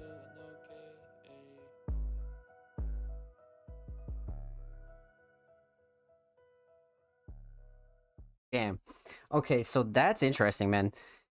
I almost feel like Mac's starting to like level up again, like making more like complex tracks and like doing like more complex things with his songs. This is cool. This is really really cool to hear. Usually Mac's almost very simplistic with his vocals and like his structuring, but here you could tell he was trying to do some more different flows and cadences and trying to flip shit around in a different way. So I fuck with this. I fuck with this a lot. So hold on, let me drink some water and we'll break this down.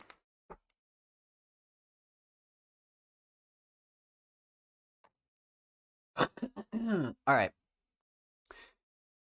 So you guys know the drill. We're gonna talk about three things. We're talking about the instrumental. We're gonna talk about vocals. We're gonna talk about the overall theme of this track. The instrumental is great. Mac definitely knows how to pick instrumentals that he really resonates with, and he knows that he can sound good on. Mac's always like just been like that. I feel like Mac's never had a problem um picking out beats that really, he's an artist that can envision his sound, and I feel like Mac only needed help like with the execution, and like he's improved since like the last like 2 months. So it's really dope to see. But the instrumental's great. Mix is solid. Sits well on vocals. Everything's good. A classic Mac emotional a trap instrumental for sure. Um, Almost alternative kind of trap. Definitely love the melody on this. Drums are mixed nice. And like I said, just sits really good on the vocals. So definitely a staple when you're talking about Mac for sure. Let's talk about vocals. Mac has come a long way, but before we get into specifics, let's talk about the mix. The mix is nice. Mac has always found a really like proper sound when it comes to his mix. Um, he just sort of like knows the line between like what he wants to sound like and like what like a crisp, like well performed vocal sounds like. And every artist is always perfecting, right? Like, and then there are some artists that just reach a peak, or almost like like a satisfactory kind of sound where they're like, okay, yeah, no problem. Like this is what I want to sound like. And I feel like Mac's getting there for sure. So I like the vocal mix on this a lot. So with that said, let's talk about the nitty gritty, man. The flows and cadences on this are probably some of the shining stars, especially when you compare this to earlier Mac tracks. Some of the other stuff that Mac has done. Flows and cadences have really matured here. Especially the hook. Um, like some of the lines, the way that they're performed and pronounced are just great. I feel like Mac was very much in his bag in this, and like if you do music enough, like every day, whether you're a producer, vocalist, engineer, I don't give a fuck. Even just any art, to be honest with you. The more you do it, the better you're gonna get. You know what I mean? A repetition is everything. You know what I mean? Hard work beats talent when talent doesn't work hard. So fucking remember that shit. You know what I mean? It's very inspiring to see artists like not give up, and like that's really what Music Mondays is about here. Um, 66 episodes, and never once has the goal been to tear artists down or give super critiques or anything like that. If there's something that I think you can improve on, or do better next time, all you gotta do is go back into the lab and keep it up. You know what I mean? And that's like the different, you know, edge and like the different aspect you're getting here on Music Mondays. Um, is that me being an artist, and me being around underground art for so long. There's always like a meaning behind a song, and there's always things to improve and shit like that. So it's for uh a better artist and a better tomorrow, and it's always about improving yourself. So Mac really embodies that, like, I can take some thoughts about a track, and I can go do better next time, because there's so many ways to like approach an artist and be like, hey, I think you can do this better, or hey, like this is great, what if you tried this, instead of being like, like this is ass, or this or that, or whatever the fuck you want to say, right? um and look, they start to flourish, and they start to get better, and their reps start to show, and because not everybody's fucking talented, but hard work will always beat talent if these talented motherfuckers ain't doing shit. You see what I'm saying? So put the work in and you will flourish.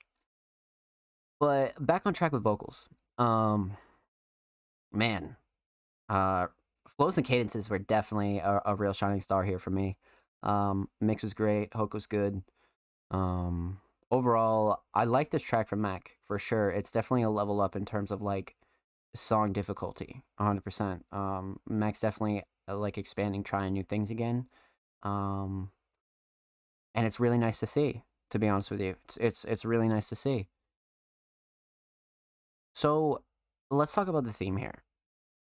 Um, feeling okay. Cover definitely solid. Um, Mac is known for having like these like significant like emoji covers that are really like they're so like significant to him and like synonymous that like if like I see an emoji type cover, I always think of Mac. So this is definitely uh right on par with his aesthetic, 100%. Um, so aesthetically, this is good. Cover sick, feeling okay is a great song title. But lyrically, definitely an emotional Mac track for sure.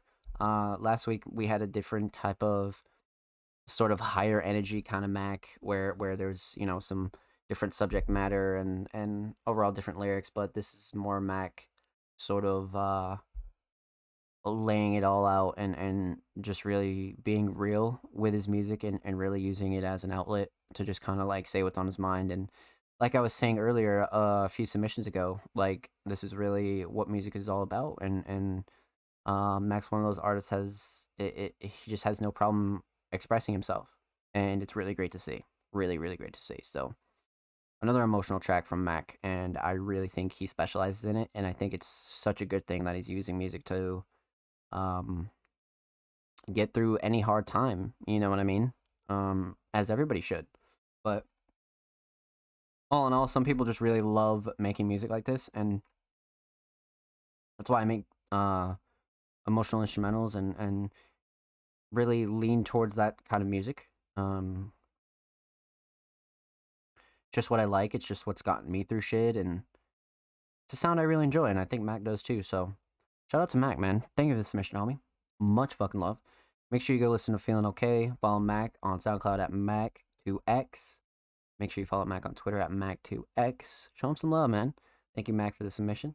And of course, every artist featured in today's episode will be linked in the description of the YouTube re-upload. Of course, if you're watching on YouTube, make sure you do check that subscription box. Check out all these artists. Drop a like. If you're listening on Spotify, Apple Podcasts, anywhere else, all these artists will be linked there as well. So, up next, we got the homie No Name Dread. Last week we had a really insane track by Dread.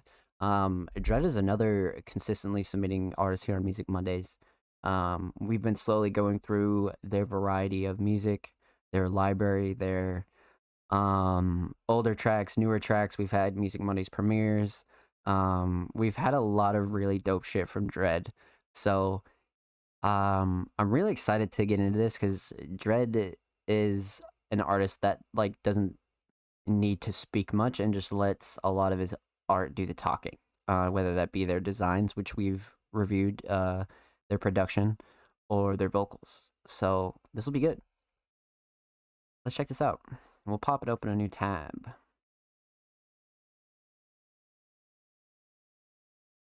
Take Off featuring No Name Fest, prod No Name Dread. Only 4 months ago. Cover is fucking fire.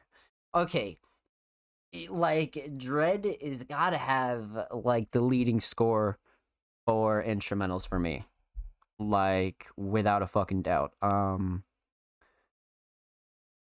His instrumentals are just so crazy because there's something about an artist being able to hop on their own instrumental because they can just craft something that they know it should sound like.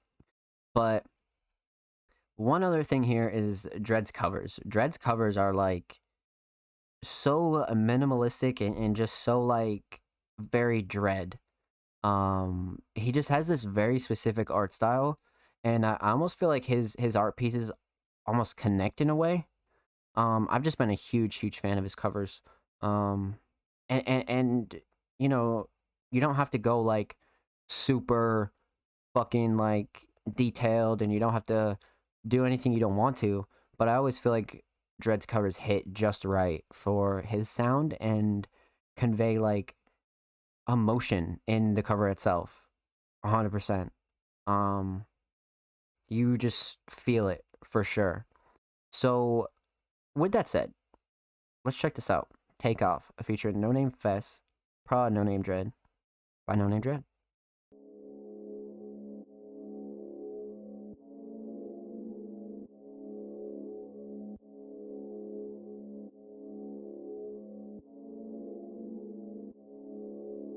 I've been by my lonely, you don't know me, get back.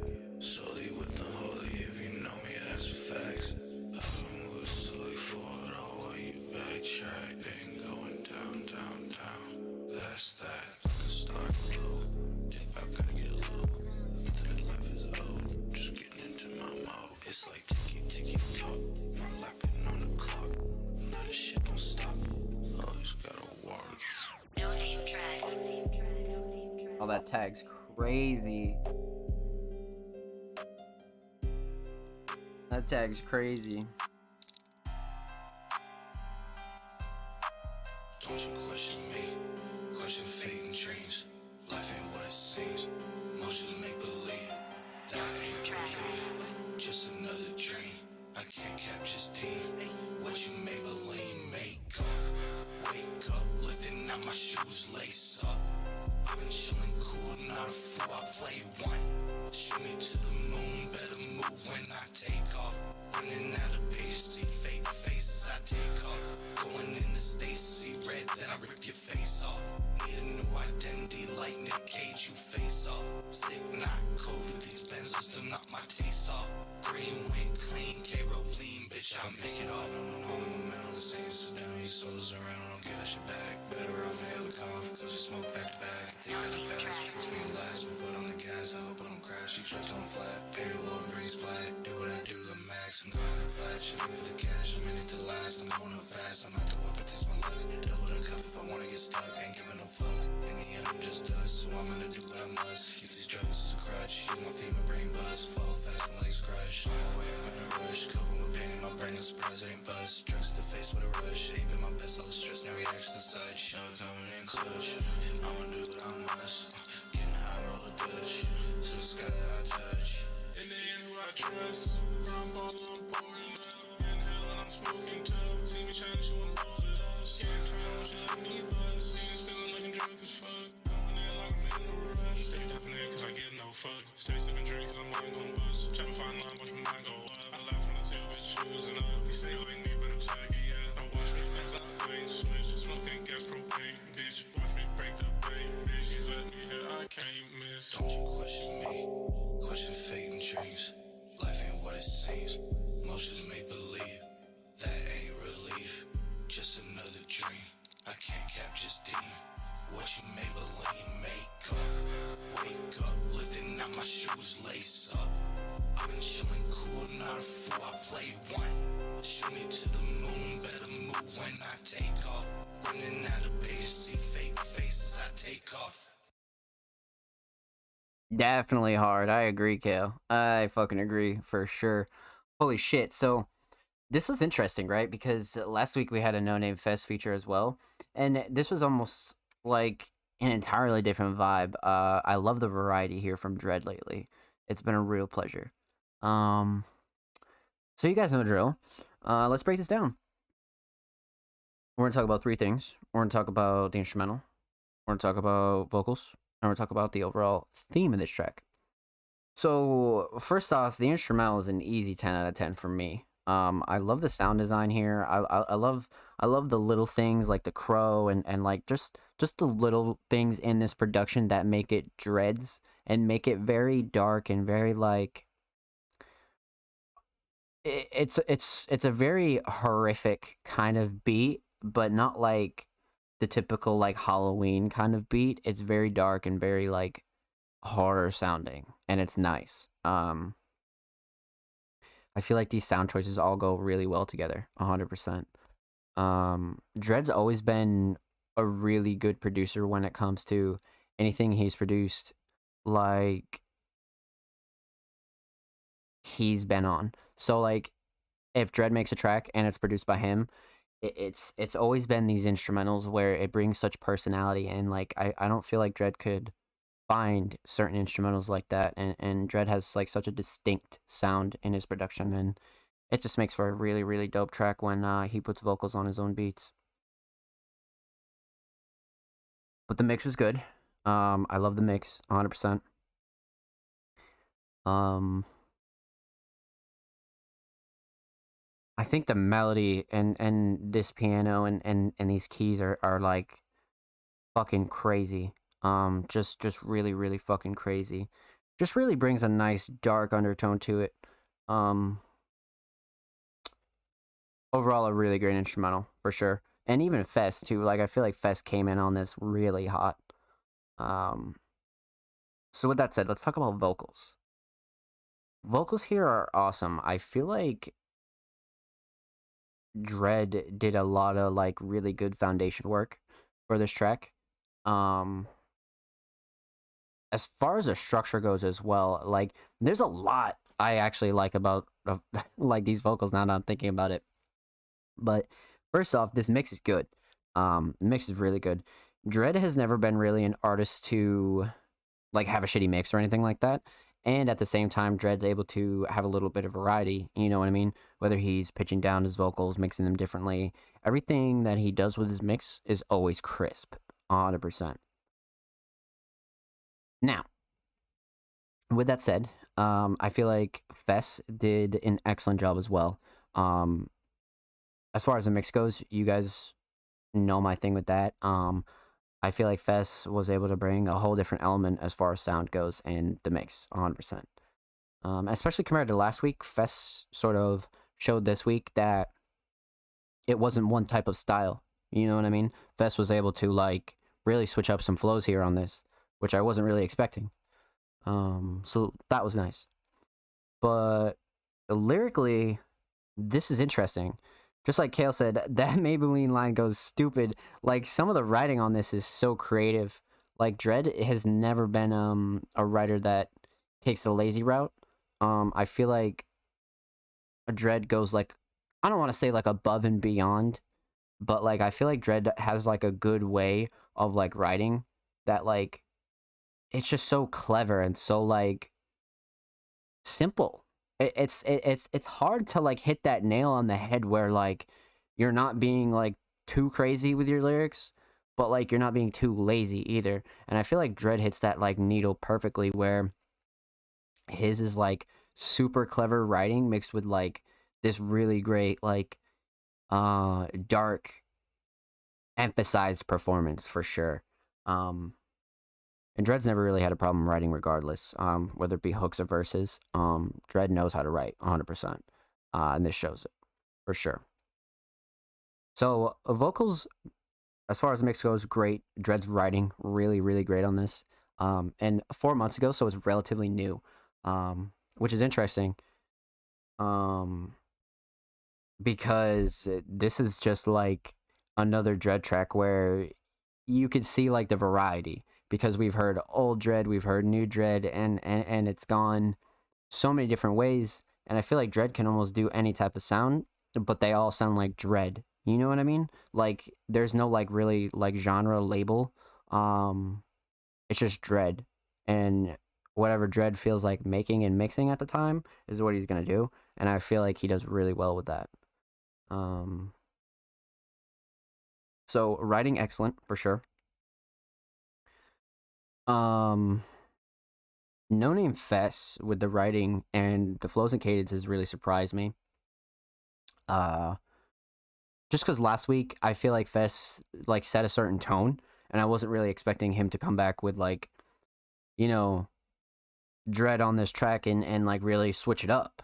Like maybe like switch it up a little bit, but like Fess kind of came in on this like and really ate this shit up for sure. Because Dread was a really good foundation, set the tone, spat his verse really well. But Fess was just kind of like, wow, okay. So Fest definitely has some variety to them as well, which is a real pleasure to hear. Especially when, like I was saying, you want to talk about features and things like that. This is definitely a feature where they can both come together, but Fez definitely brings a different element, and especially compared to the last track that we heard of these two, definitely brings a different element, particularly with flows. So I enjoyed that a lot. I definitely enjoyed that. Um, so instrumental, great. Vocals by both Dread and Fez, great. The overall theme of this track, Takeoff, is wow. Takeoff is definitely like one of those tracks where like Dread definitely like shows how talented of a writer he is lyrically for sure. Um, Not so much like rap skills and like sort of like straight spitting bars. I feel like there's a lot of creativity in this. There's a lot of like easy lines that you can envision, and it just really made for a very like visually clear track. And then you add in Fest for some variety. You have a good little combo here. I fuck with this a lot. Aesthetically, the cover's great. You guys know how I feel about Dread covers. Huge fan of Dread covers. Um, and I always feel like they hit the nail on like what Dread's sound is, and it's very like it has like these beautiful core elements, and then it's like there's just a splash of darkness, and like the darkness is like it like has this great mix. You know what I mean? Like it's almost like a yin yang. Like the bad and the good with the bad. I like that a lot. Um, so aesthetically great, lyrically and vocally a great theme for sure. So another banger by No Name Dread. Dread is actually working on a project, so make sure you go show Dread some love. That should be dropping relatively soon. Make sure you follow Dread on SoundCloud at No Name Dread. Make sure you follow Dread on Twitter. Go get him to 100 followers, man. He's only 11 off. Go show him some love. No Name Dread 1. And of course, every artist featured in today's episode and every episode will be linked in the description of the YouTube re-upload. And as well as the audio site re-upload with Spotify, Apple Podcasts, and if you're listening there, thank you. Every artist featured in today's episode will be linked to there as well. So, we've been killing it tonight, chat. We've had fucking banger after banger after banger. Like, this is great. We've had fucking first time submitting artists. We've had some brand new heads on here. We've had some regular artists on here. This is great. This is great. What a Monday.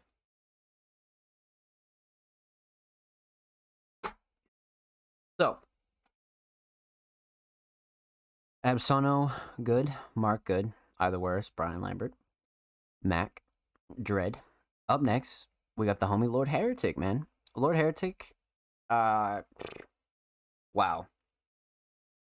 Heretic is not only like such a super talented artist and definitely the leading scorer when it comes to the heavier types of trap and vocals in general, but Heretic outside of music is just like a real just a positive vibe around the Music Mondays community. Always in the Discord shooting the shit. Heretic's just a funny guy, and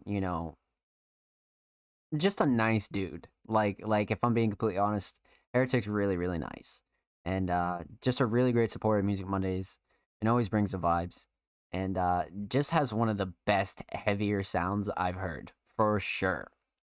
So they said private link for the next single from the project. Wow. So, chat, you guys know the fucking drill. Let's check this out. This is a Music Mondays exclusive premiere. Lord Heretic, a brand new single off of his new project. Now, this will be interesting. So, 2 features with Lord Heretic, Rat King Roach Lord with Brian, Protestant Gloom. Holy shit. Alright. And it's only a minute 50. Yo, you guys know what the Fuck. Oh man. Oh man. So holy shit. This will be crazy. Cause like a minute 50, man. This is like, cause like I know when songs are this short, right? It's about to be the craziest minute and 50 seconds ever. Like ever, ever, ever. So let's check this out. Lord Heretic, Rat King Roach Lord. 3, 2, 1. Ah shit.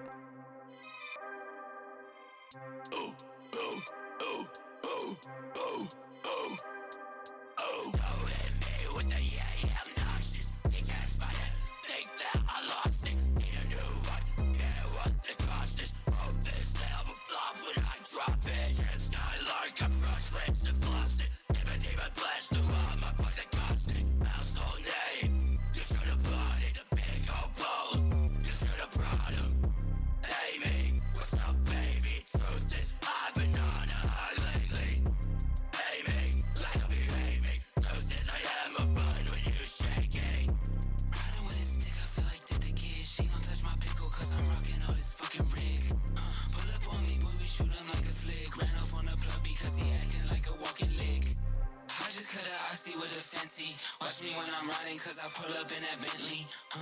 If you want that substance, I got plenty. Pull up on that boy, we shootin' till the clip is empty. Riding with that stick, I do not fight. Back like SRT, this shit be zooming, it's a sight. Turn the headlights off, we can't be seen out in the night. Shawty all on me, she turn me on just like a light. Put the switch, got the power, it's a blackout. Goofy with my team, we got maxed out. Infrared, it's a restaurant on my fucking man. If we see a movement, we gon' handle that. Dude, put it off a perky. Feel kinda dirty. Smoking makes me thirsty. Chase it with a 40. I don't pick my nosebleed. I don't get no fucking sleep. Drowning in my own greed. Hit you with the dead troll up. Forgot to take my fucking mess. Fuck. Got my sights on your fucking head. I'ma be your fucking wall red. Your family only care about you when you're dead. Holy shit. See, I knew it. I fucking knew it. I fucking knew it.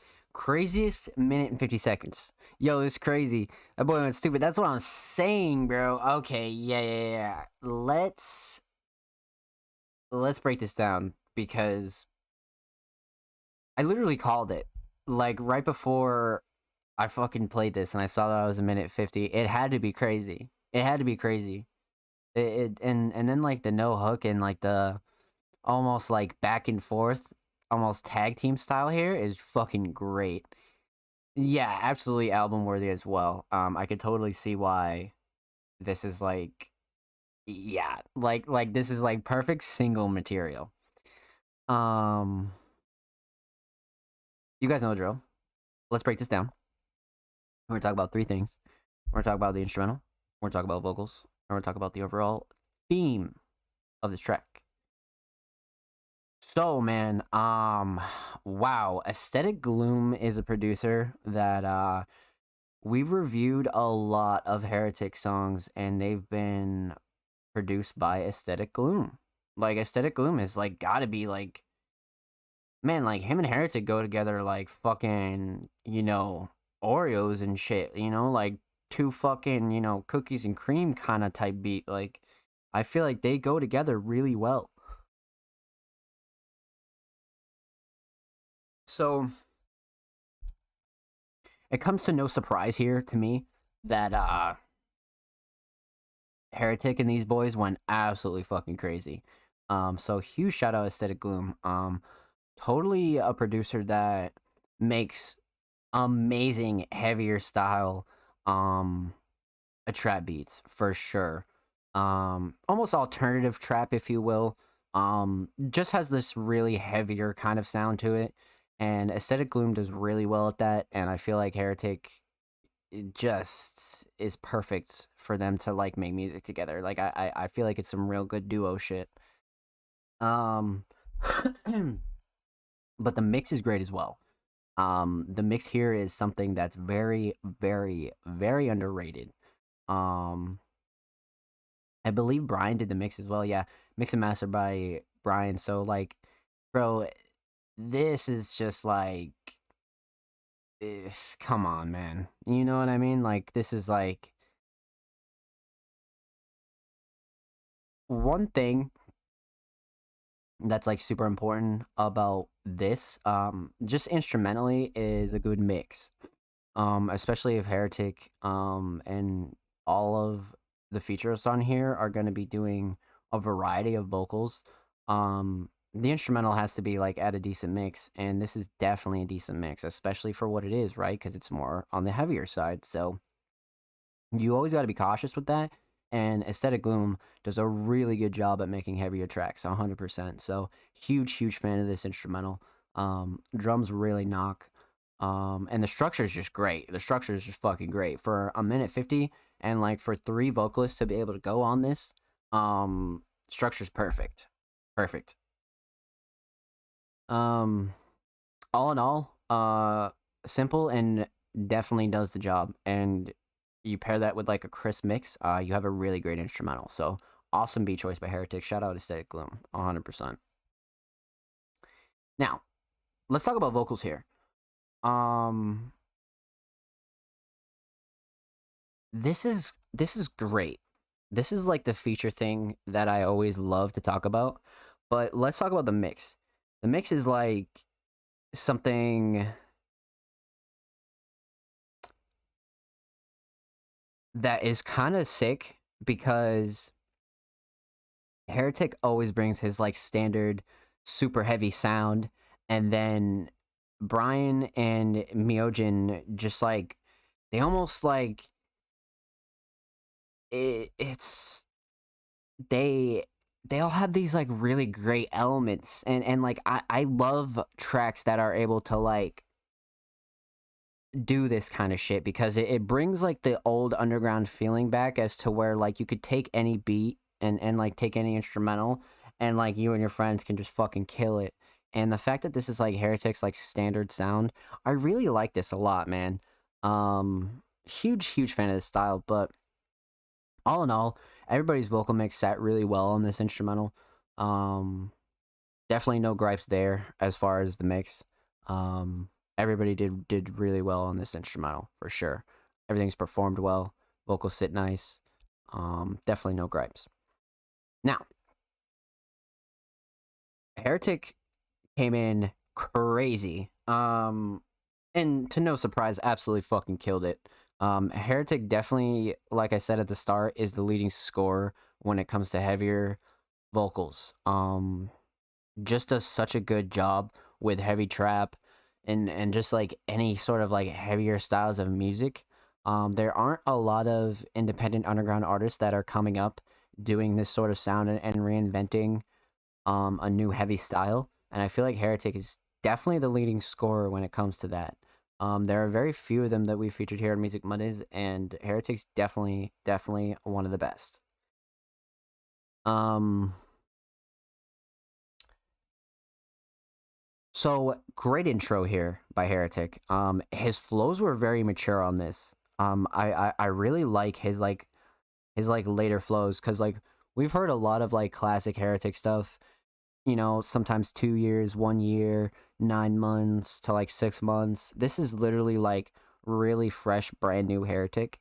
And I feel like he went fucking really hard on this. And like it shows like his maturity. Like the way he's performing this and recording is like really dope. Because not only is the writing like very up to Heretic standard in cleverness and like really just like rawness, but like the way he performed this is like it just makes it all the better to see how much he's matured uh musically as an artist and just really um grew into his heavier sound and just doing better each time he records. So I really like Heretic here a lot. It's a very mature Heretic and I'm here for it. um Brian Brian, wow. So Heretic had like the heavier side of things. Brian comes in and like really fucking spits on this. Um, Definitely brought a more like straight, come at your throat, very like aggressive kind of style, and kept up with Heretic and sort of like almost like like it's almost like a like each vocalist sort of like not only did they like bring their own element, but they almost like toned it back a bit. You know what I mean? Because it was like Heretic coming in super heavy, Brian comes in, spits like really really heavy, and then Myojin just kind of like tops it all off with this like really different style of softer vocals on the outro, but on this still very heavy instrumental. Um, wow, I actually just noticed that. That was great. It was almost like stairs, except going downstairs, right? It's just like step one, step two, and then the third step is Myojin. I think that's kind of sick. Now I think about it. But Brian's verse was great. Totally brought a new flow. And as a feature, made sure the track didn't, become too repetitive or stale or like tried to, flow with Heretic at all. Brian definitely did his own thing and brought his own elements for sure. And his mix was great. Because everybody did a different type of vocal here, so the mix were really consistent all across the board, which is always a plus. Now, Myojin's kind of an interesting case here because those kind of softer sounding vocals can be so interesting on like really harder beats, and I feel like it only complemented it on this track in particular because Heretic and Brian really like brought their own flavors. So Myojin brought their own flavor, right? And just kind of um really just like almost made it their own track. Almost, you know what I mean? Like I felt like I was listening to like a solo Myojin track. And like that's why I love these sort of like almost freestyle tag team, almost cypher kind of setups where like there's no hook and it's just three verses and like they just eat this fucking shit alive.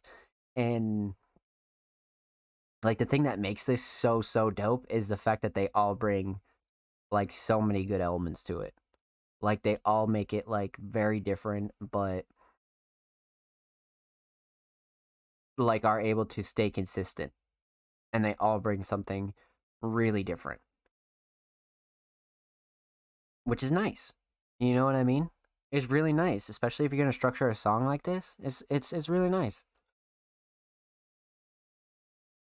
So, instrumental great, vocals great. All three vocals great. Let's talk about the theme here. Now, this is kind of relatively simple. Definitely a more like aggressive theme here as far as lyrics go and the sound goes, and they all kept up with sort of like, I wouldn't say it's like horror vibes, but it's very like aggressive and very like, like in your face kind of vibes. Once again, one of those tracks you get up and, go to the gym, go on a jog, fucking, it's very party heavy kind of mosh like centered track. And Heretic's known for those kind of sounds. And the fact that he was able to get two other artists on there with him to spit their shit just makes for a really, really good heavy track. And it's just always a pleasure. Always a pleasure to hear Heretic with other artists and even Heretic solo. So I definitely enjoy this theme lyrically. Aesthetically, it's a single off of his new album, so not really much to behold here. He the fucking last one was so funny, and then this one's kind of like I forget what episode of SpongeBob this was, but Heretic's single covers are always great. Very simple, very like interesting because they're like, it's a SpongeBob cover, but this track is so fucking hard. And like I feel like heavier tracks, like lighter covers almost balance them out, right? So you never know what you're gonna expect with a track like this. So Music Monday's exclusive premiere, Rat King Roach Lord Heretic, single off of his new album dropping this year, baby. Shout out to Lord Heretic, man. Thank you for the submission, homie. Much fucking love. Make sure you go follow Heretic on SoundCloud. Make sure you follow Heretic on Twitter. Every artist featured in today's episode and every episode will be linked in the YouTube re-upload. And if you're watching on YouTube, check the description box. Check out some of these artists. Go show them some love, man. And of course, drop a like. Make sure you subscribe if you haven't already. Listen on Spotify or wherever you listen to podcasts. Thank you. All artists will be linked there as well. So that was great, man. Wow. So it looks like, so we took care of Maddie. I think we're good. We didn't miss anybody, right? We got a Bon Sono, Mark, I the Worst, Brian, Mac, Dread, Heretic, Maddie, and of course, up next, we got the homie Kale. And it's just, you know, just a little shrug. You know, Kale's like, fuck it. I don't know. What do you think? Well, Kale, let's check this out. The cover is actually comedy. Oh shit, this is private. So we got a little Music Mondays exclusive premiere here. Okay. A little private track here. I fuck with that. All right, Kale. Cover fucking comedy. Let's check this out. So, a little background on Kale here. Kale's definitely one of my favorite producers I've come across here on Music Mondays.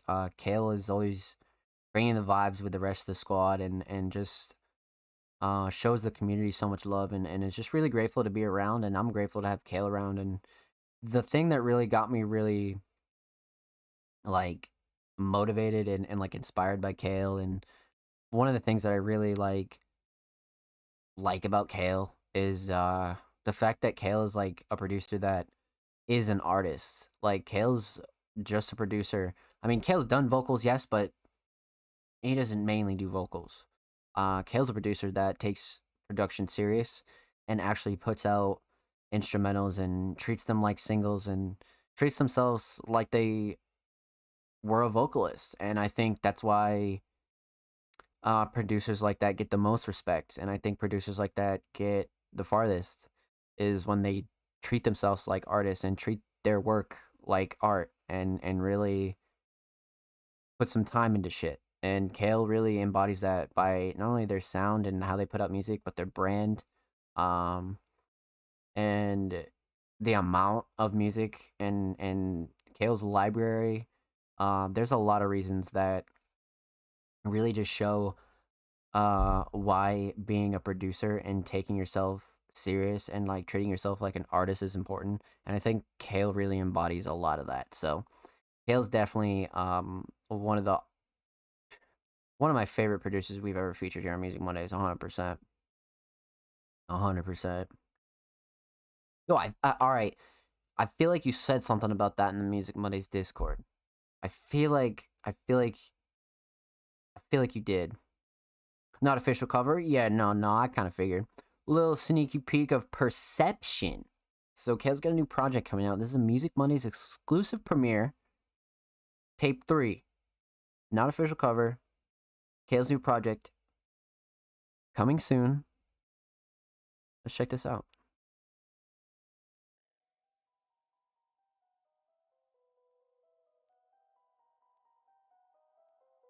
Nice fade in. Really nice fade in.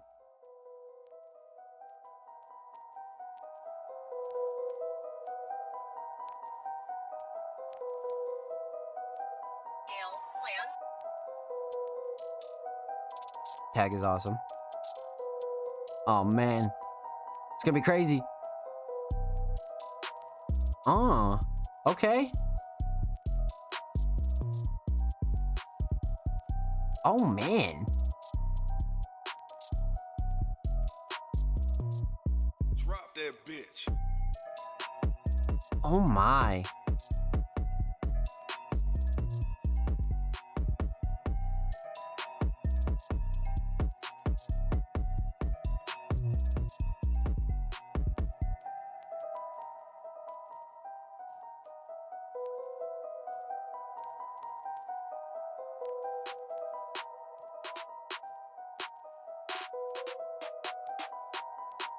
Oh shit.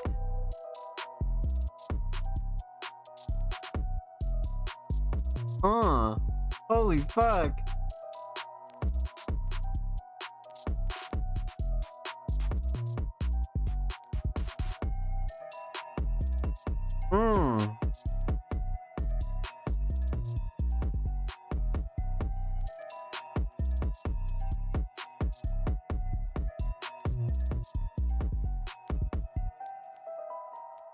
Pew, pew, pew. Pew, pew, pew. That was great. That was fucking great. That was 2 minutes of fucking variety is what we call that, ladies and gentlemen. Fuck me. So there's a lot I want to talk about here. So you guys know the drill, no vocals here. So we're gonna talk about two things. We're gonna talk about the instrumental, and we're gonna talk about the overall theme. Shout out Creepy Piano. Bro. Okay, so to talk about the instrumental here, the mix is great. For how hard these drums are hitting, the kick and the 808 are mixed pretty good. The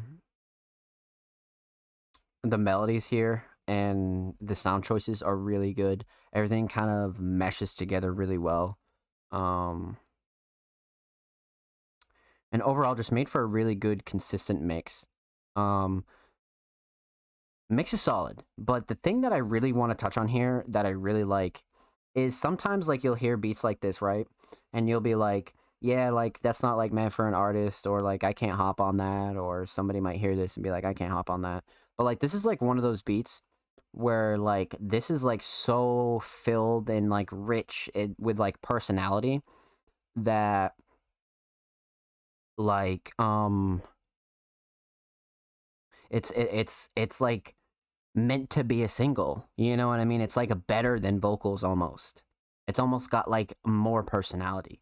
There's like so much variety in this, but like also you could totally hear somebody on this, you know what I mean? Somebody could freestyle and fucking spit all over this, but that's not what I mean.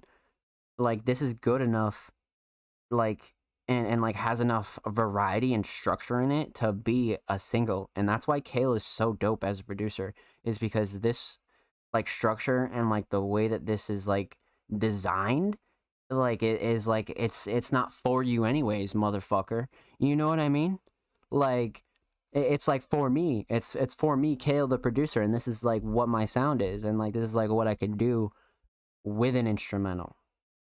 And I think this is like a producer's like way of spitting almost. You know what I mean? And like make a really good structured beat that goes fucking crazy. So if you were to ask me, this is absolutely album material.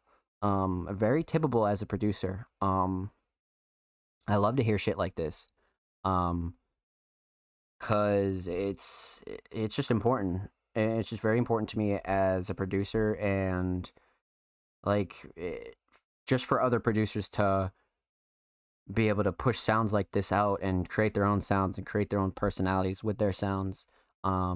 This is proof of that. This is so rich. So, mix is solid. Melody's really, really great. But like I said, probably the drums might be the shining star here. I love the varieties. I love the rolls. I love the fucking like the knock. And it's not too overwhelming. You know what I mean? Like it's not very like it's not too much, you know? It's not too much. And even as a producer, it's very like tippable to like have a prod like be able to like almost create like a single worthy beat, or like a beat that goes on an album of all instrumentals. I think that shit's really fire. Um So all in all, great. Just very hard trap vibes with like almost like a sprinkle of like horror in there. Almost very dark, but the knock you're hearing, I'm pretty sure is vinyl static from the piano, which is insane. Roll. That's why. Holy shit. But I mean, to be honest, that's good though, because it honestly gave it like a harder knock. You know what I mean? Like the knock was almost like crazy because of that, which is like cool, like little tidbits about instrumentals that you know, a lot of people won't know or understand. Fills a void, yeah. Like I think that shit's really cool. I think that shit's really cool, and it, you know, I guess that's what I mean by personality, right? Like little things like that, and like your tag, and like little things just give this so much personality, and it just always makes it a pleasure to listen to, man. Always makes it a pleasure. Let's talk about the theme here. So obviously, going on an album, we won't regard the aesthetic theme not official cover, just a placeholder. Um, but man, the sound theme here, holy shit. It's dark and it's very fast. It's like a dark, upbeat kind of like goth nightclub-esque trap track. Like, bro, this is like if vampires were selling like weed. For sure. This is what they'd be listening to. They'd be riding around some fucking dark ass lowrider and just pushing gas. For sure. Um this is great. This is great. But all in all, I would love to hear this album, and I can't wait for this to be finished. This is a really great insight on Kale and like what Kale's working on, like as a producer, and like what's going on behind the scenes, and like what they redeem as like a really good, whether it be single or anything like that. This was really a pleasure. May 4th, you heard it, baby. May fucking 4th. New Kale album, instrumentals, features probably, who knows? But either way, be on the lookout for it. And with that said, shout out to Kale, man. Thank you for the Music Mondays exclusive sneak peek into your new album. Make sure you follow Kale on SoundCloud. Get the album first. Make sure you follow Kale on Twitter. And of course, every artist featured in today's episode and every episode will be linked in the description of the YouTube re-upload. If you're watching on YouTube, make sure you drop a like, drop a sub. And if you're listening on Spotify, Apple Podcasts, anywhere like that, every artist will be featured there as well. Make sure you show that some love. And thank you. Let's fucking get it, man. That was awesome, Kale. Good shit. So we have 1, 2, 3, 4, 5 submissions left, ladies and gentlemen. Let's go. And up next, we got a really good supporter, good homie, all around just awesome person. Offspring Mysterious. And lately, they've been snapping with their basketball league. And if you don't know, Offspring Mysterious is a producer, designer, short filmer, and always puts in a lot of work with whatever they do. Offspring is really like just one of the more motivating artists to see because he's such a creator, whether it be editing videos, production, designing, making short films, doing all sorts of shit, man. Offspring is really a jack of all arts and really like somebody that you could like take a lot from just because like it's very like motivational to see somebody who can do it all by themselves. And like as somebody who does it all with Music Mondays, shout out the staff as well, but I know what that's like to, you know, do everything yourself, you know, even as a producer, putting out releases, making songs, you know. I know what that's like, and it's always tippable to see creatives out here doing their own thing and really expanding on what else they can do. You know, because you start out making beats, and then you make designs, and you do your own covers, and then, you know, I like short films, let me make short films, and I like this, and it's so dope, and I think Offspring really embodies that, like, you know, let's see how far I can take this, and like, how far I can, like, really like expand my creativity, and like Offspring just puts it all out and just, you know, new songs, new designs, website updates, short films, promo. Like how the fuck can you not respect that? You know what I mean? And that's what Music Mondays is all about, is shining light on these types of creators that are putting in work for themselves and really see a vision and want to get where they want to be. I was here for the whole show. Kale, Mark, Dread, everybody else, y'all murdered it. Let's get it, Offspring. Welcome, welcome, welcome. I hope you're well. Thank you for lurking, my friend. So playing against the Lock in 2K be like Walking Onslaught's Basketball League Part 2. So last week we watched Part 1. And you guys know that Offspring's basketball videos are some of the most entertaining shit. Not only for the content that's in them, but on top of it, Offspring is throwing his own instrumentals, adding in songs, editing the fuck out of these, and uploading them on his channel. So let's check this out. Part 2 of the Walking Onslaught's Basketball League. Pop this open a new tab. Let's put in 720 and we'll go full screen. That way we don't hit any random buffers. If y'all play 2K, you know the reference. So let's check this out, man. Walking Onslaught's Basketball League, Part 2. In 3, 2, 1.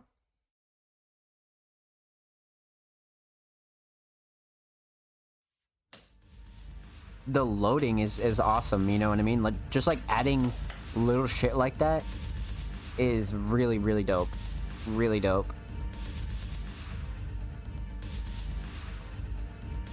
Just shows effort, you know? This is about to be lit. Oh shit! What the fuck? No way! Dude, this intro is great. This intro is great. Oh yeah, that was awesome. Okay. Bro, chat, I told you. Can't sleep on Offspring, man. Can't sleep on them.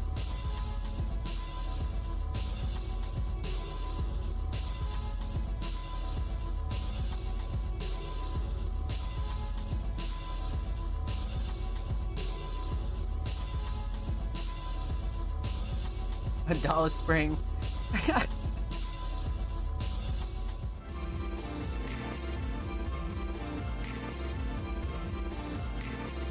Let's get Offspring, baby.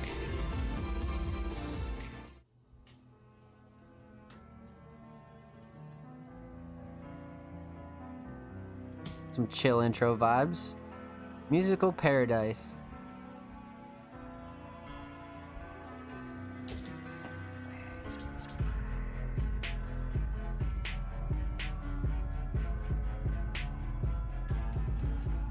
Oh man.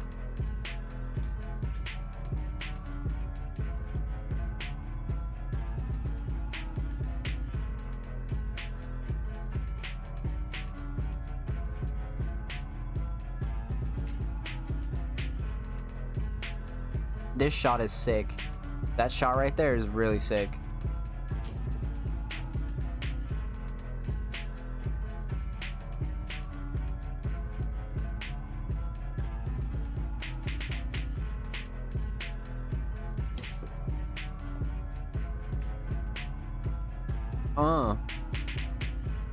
That one right there, yeah. That shot's hard as fuck. Oh shit, what's about to go down?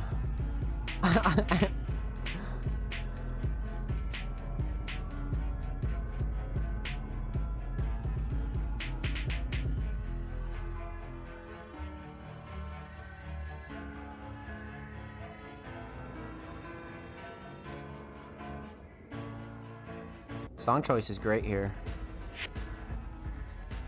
Definitely big intro vibes.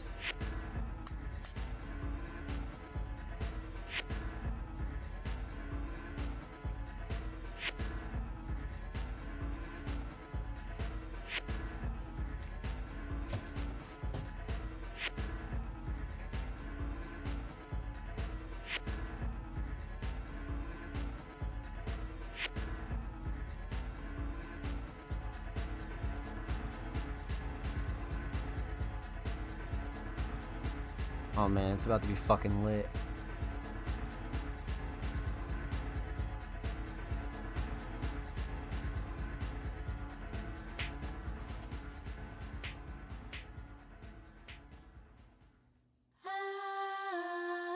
Aw, shit.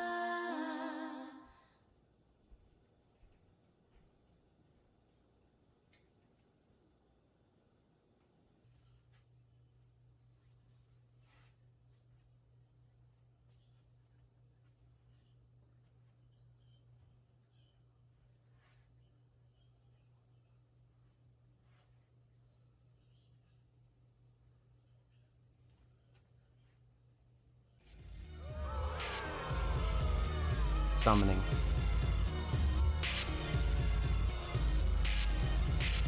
Damn, he's getting booed. That's messed up. You stink!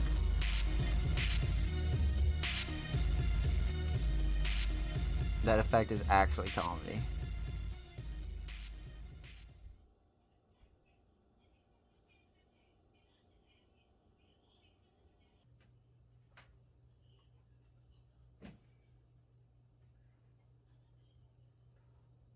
He's like, yeah, he's about to get clapped.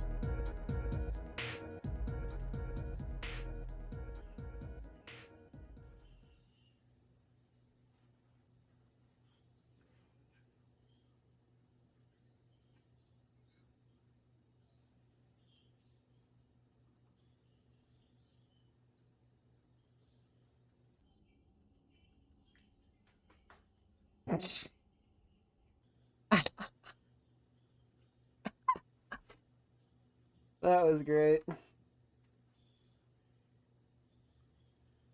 The creativity is awesome. The new levels, man.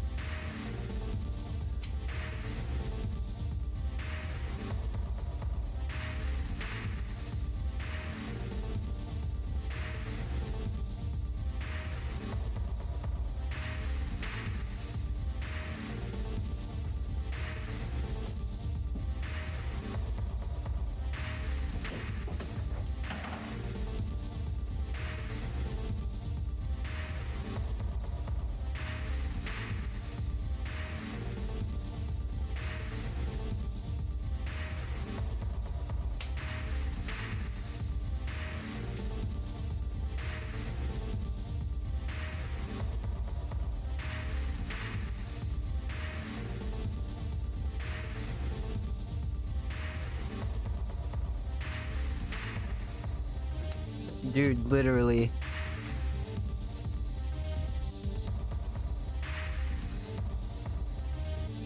The bloopers in this are like fucking A1.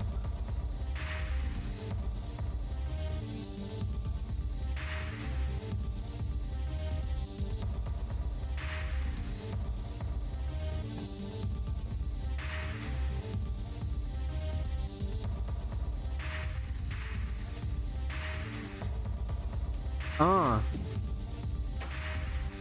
shit.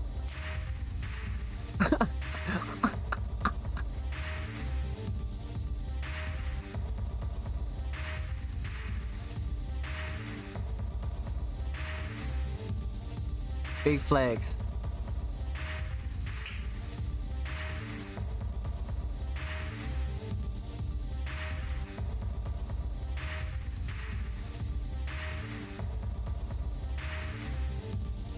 Oh shit.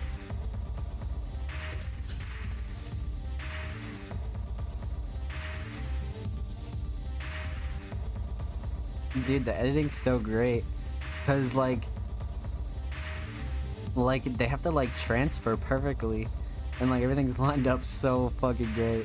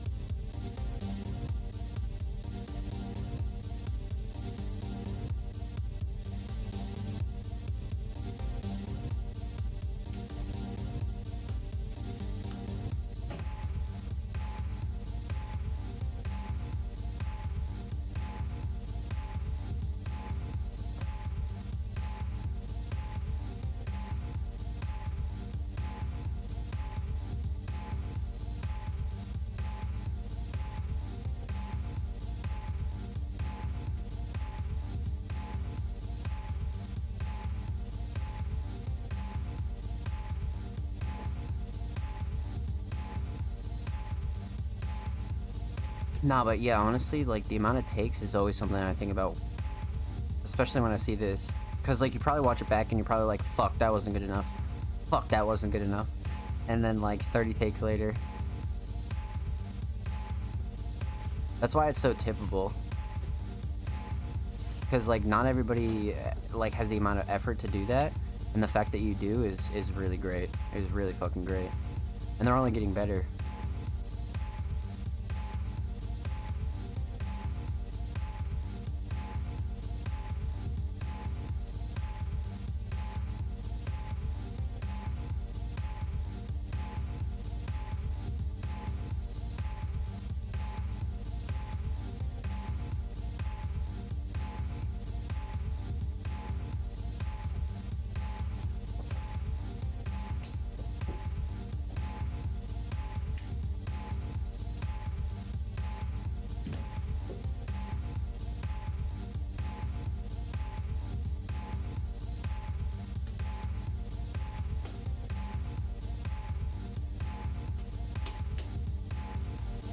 Aw, shit.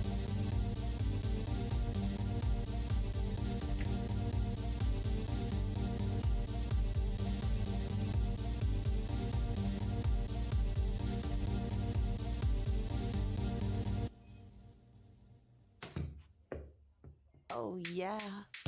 I'm just scratching the surface.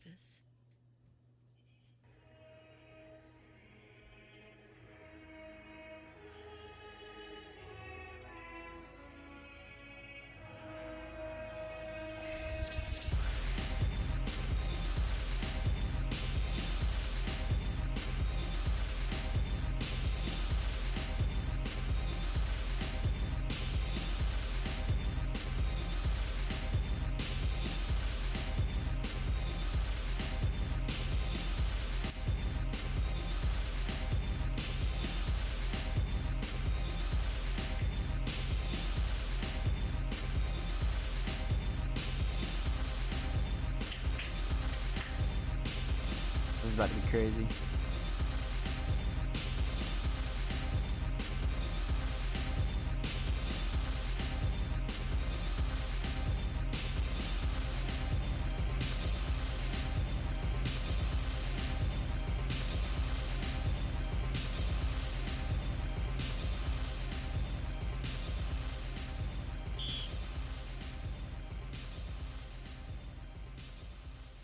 Look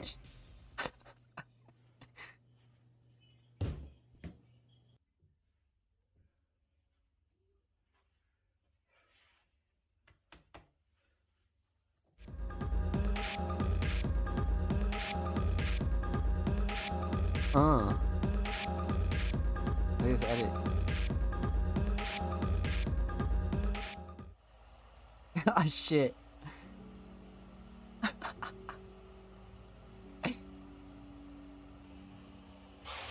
What the fuck? No way. No way. No fucking way.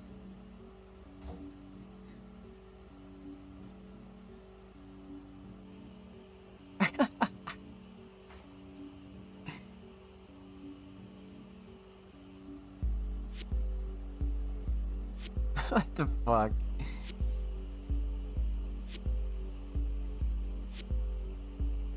It's like, come on, bro.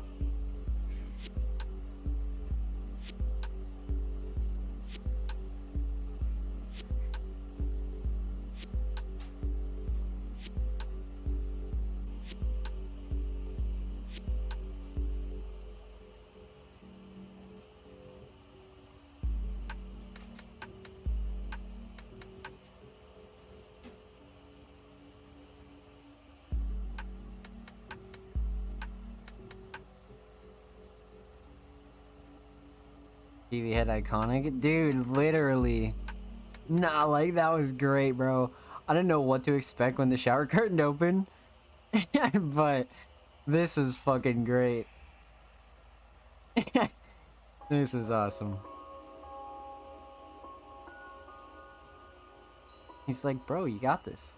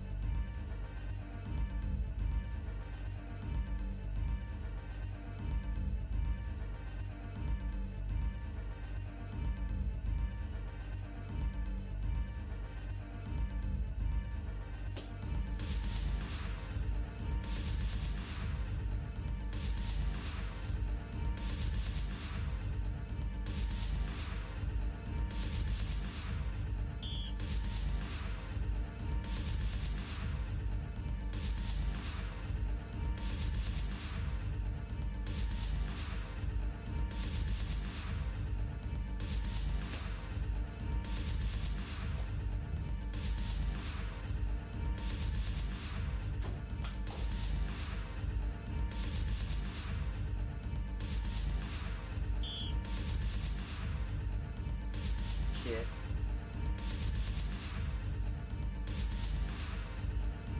Yeah, I hit the moonwalk.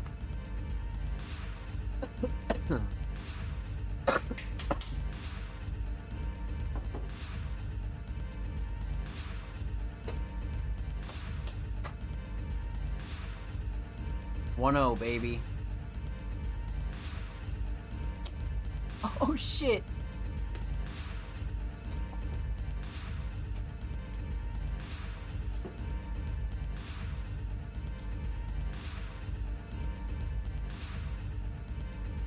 Look at that. Look at that shit.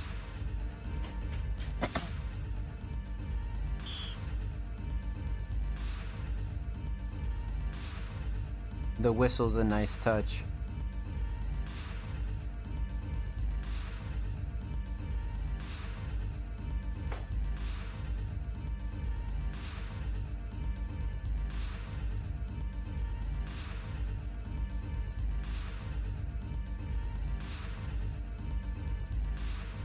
Bow, bow, bow. Bow, bow, bow.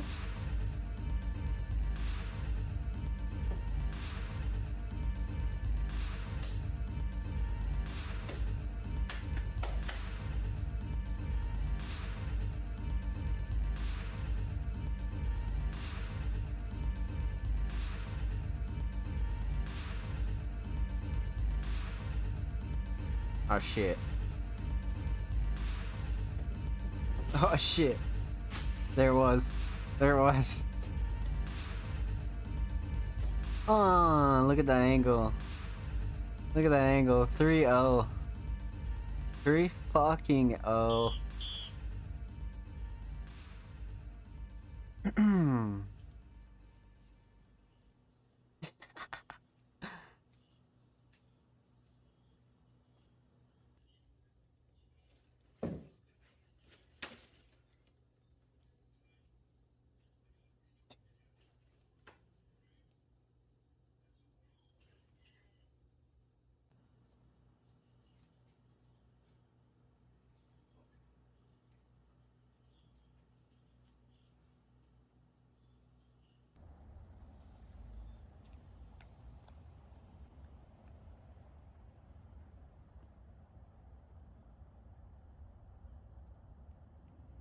The night shots are a nice touch too.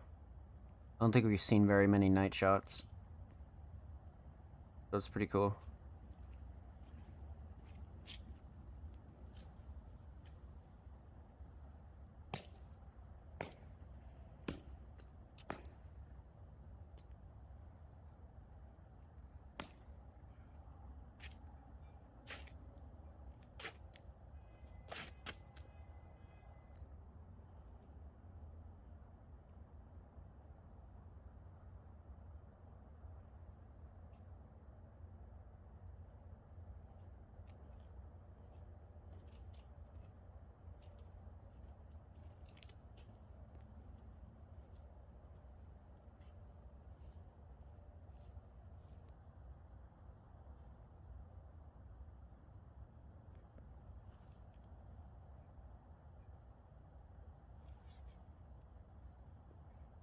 Like, I don't want any smoke, man.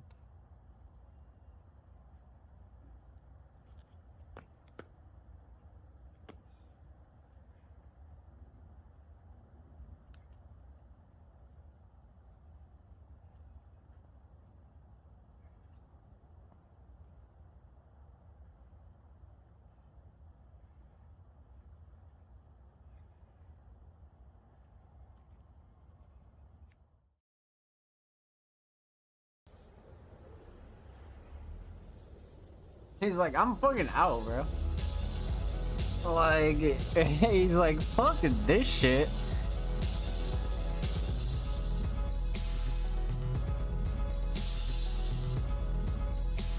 Wow. That was awesome.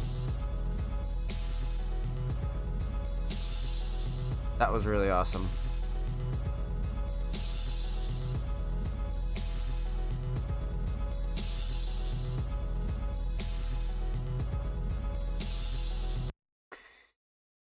That might have been the most well edited, like, best piece of Offspring material we've seen yet.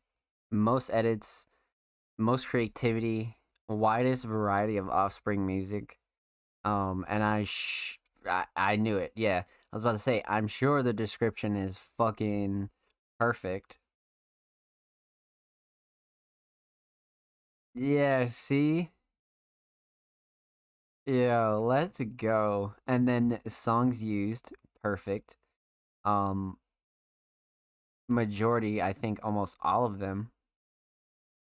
Yeah, all of them are produced by Offspring, so that's awesome. Offspring has like a perfect sound for his own, like, um his own style of short films and um filming in general. So we're obviously not going to break this down by three categories, but we will talk about the film itself, Offspring's instrumentals, and a little bit of other things. But one main thing that I just really enjoy about this is the progression. Like the progression we've seen here on Music Mondays.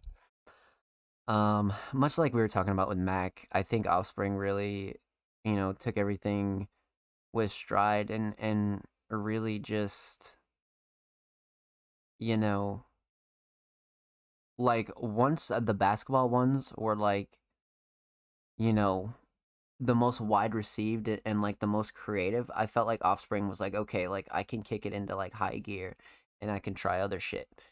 So I think that's really like one of the best parts about this is the progression. Like not only with like the creativity with some of the shots that Offspring gets, but some of the editing and some of the like just pure effort into this is really awesome because we've seen a pretty decent variety of Offspring tracks and a pretty decent variety of Offspring short films.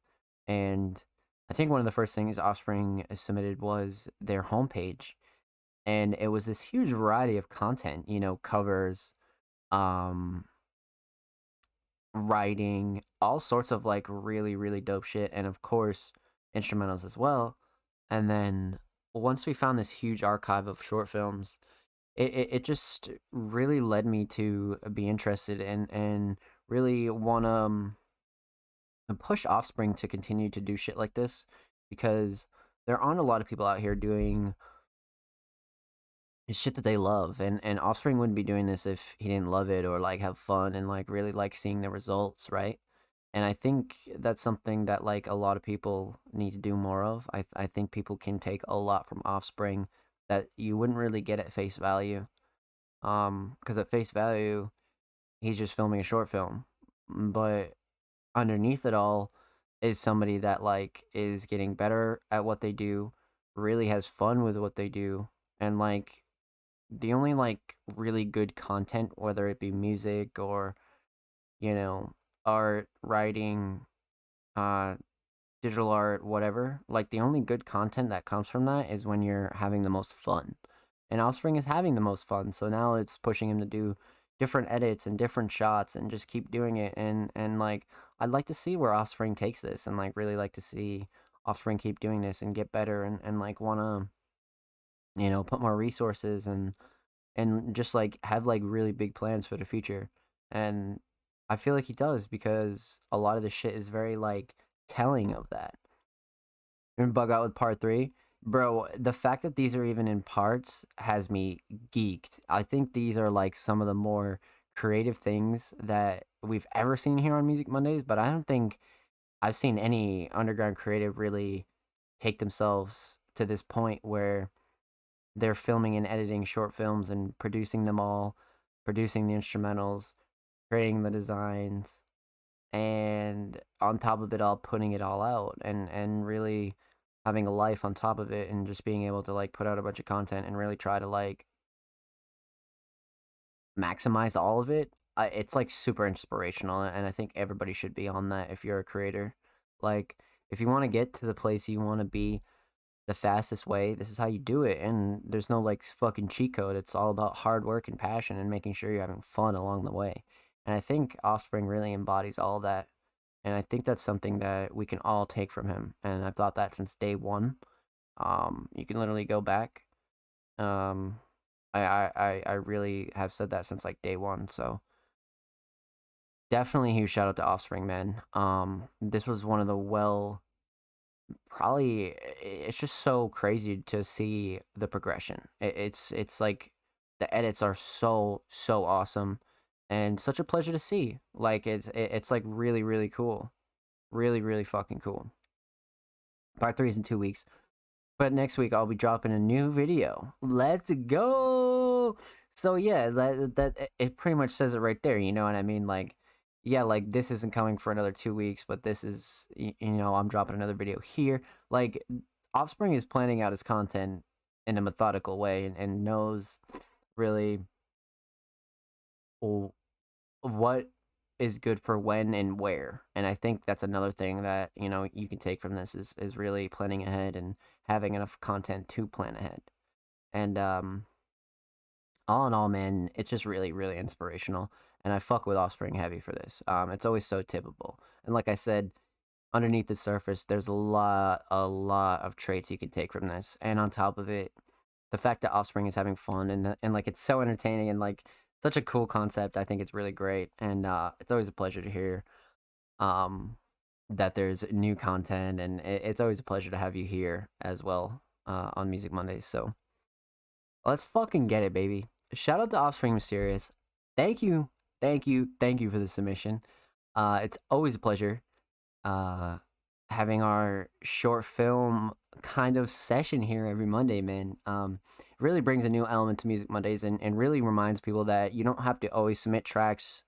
You can submit other bodies of work that you have, whether they're short films, video game clips, vlogs, edits, poems, writing. We're down to go through it all here live on Music Mondays. So Offspring's a really gentle reminder that you don't always have to be doing that. And it's always a pleasure to take a step away from the music and then hop right back into the music and just have a variety of content. It's really nice. So with that said, man, shout out to Offspring Mysterious. Make sure you fucking follow this motherfucker, bro. Go sub to him on YouTube right the fuck now. Putting out shitload of content, hard ass worker, and just really doing his thing, man. Just really doing his thing. So make sure you go show him some love on YouTube. Make sure you show him some love on Twitter. And of course, per usual, every artist featured in today's episode and every episode will be linked in the description of the YouTube re-upload. And if you're watching on YouTube, make sure you like, subscribe, show some love. Check the description box. Show these artists some love, man. And of course, if you're watching and listening on Spotify, Apple Podcasts, anywhere you listen to podcasts, thank you. Every artist will be linked there as well. Happy for y'all. Love and support. Yo, let's fucking get it, Offspring. Appreciate you, homie. Let's fucking go. Okay, so let's run it back and see. So Absolo, good. Mark, good. Either worse. Brian Lambert. Mac 2 times. No Name Dread. Heretic. Maddie. Kale. Offspring. Chris. Oh, Christian. So Chris has been submitting like really, really, really good instrumentals lately. The last couple of weeks, Chris has been submitting these just godlike, chill, very like almost video game movie score instrumentals that are filled with passion and always have a lot of like love put into them. And it's just a great producer. So this will be interesting. They submitted a track titled By Heart.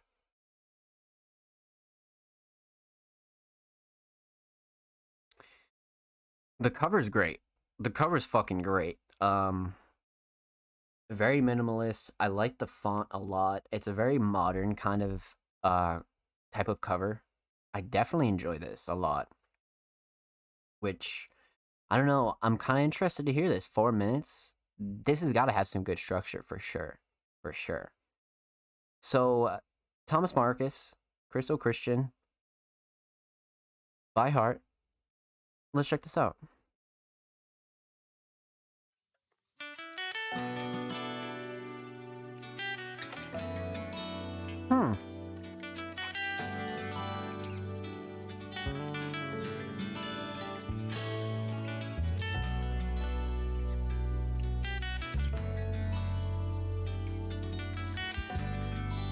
Oh, wow.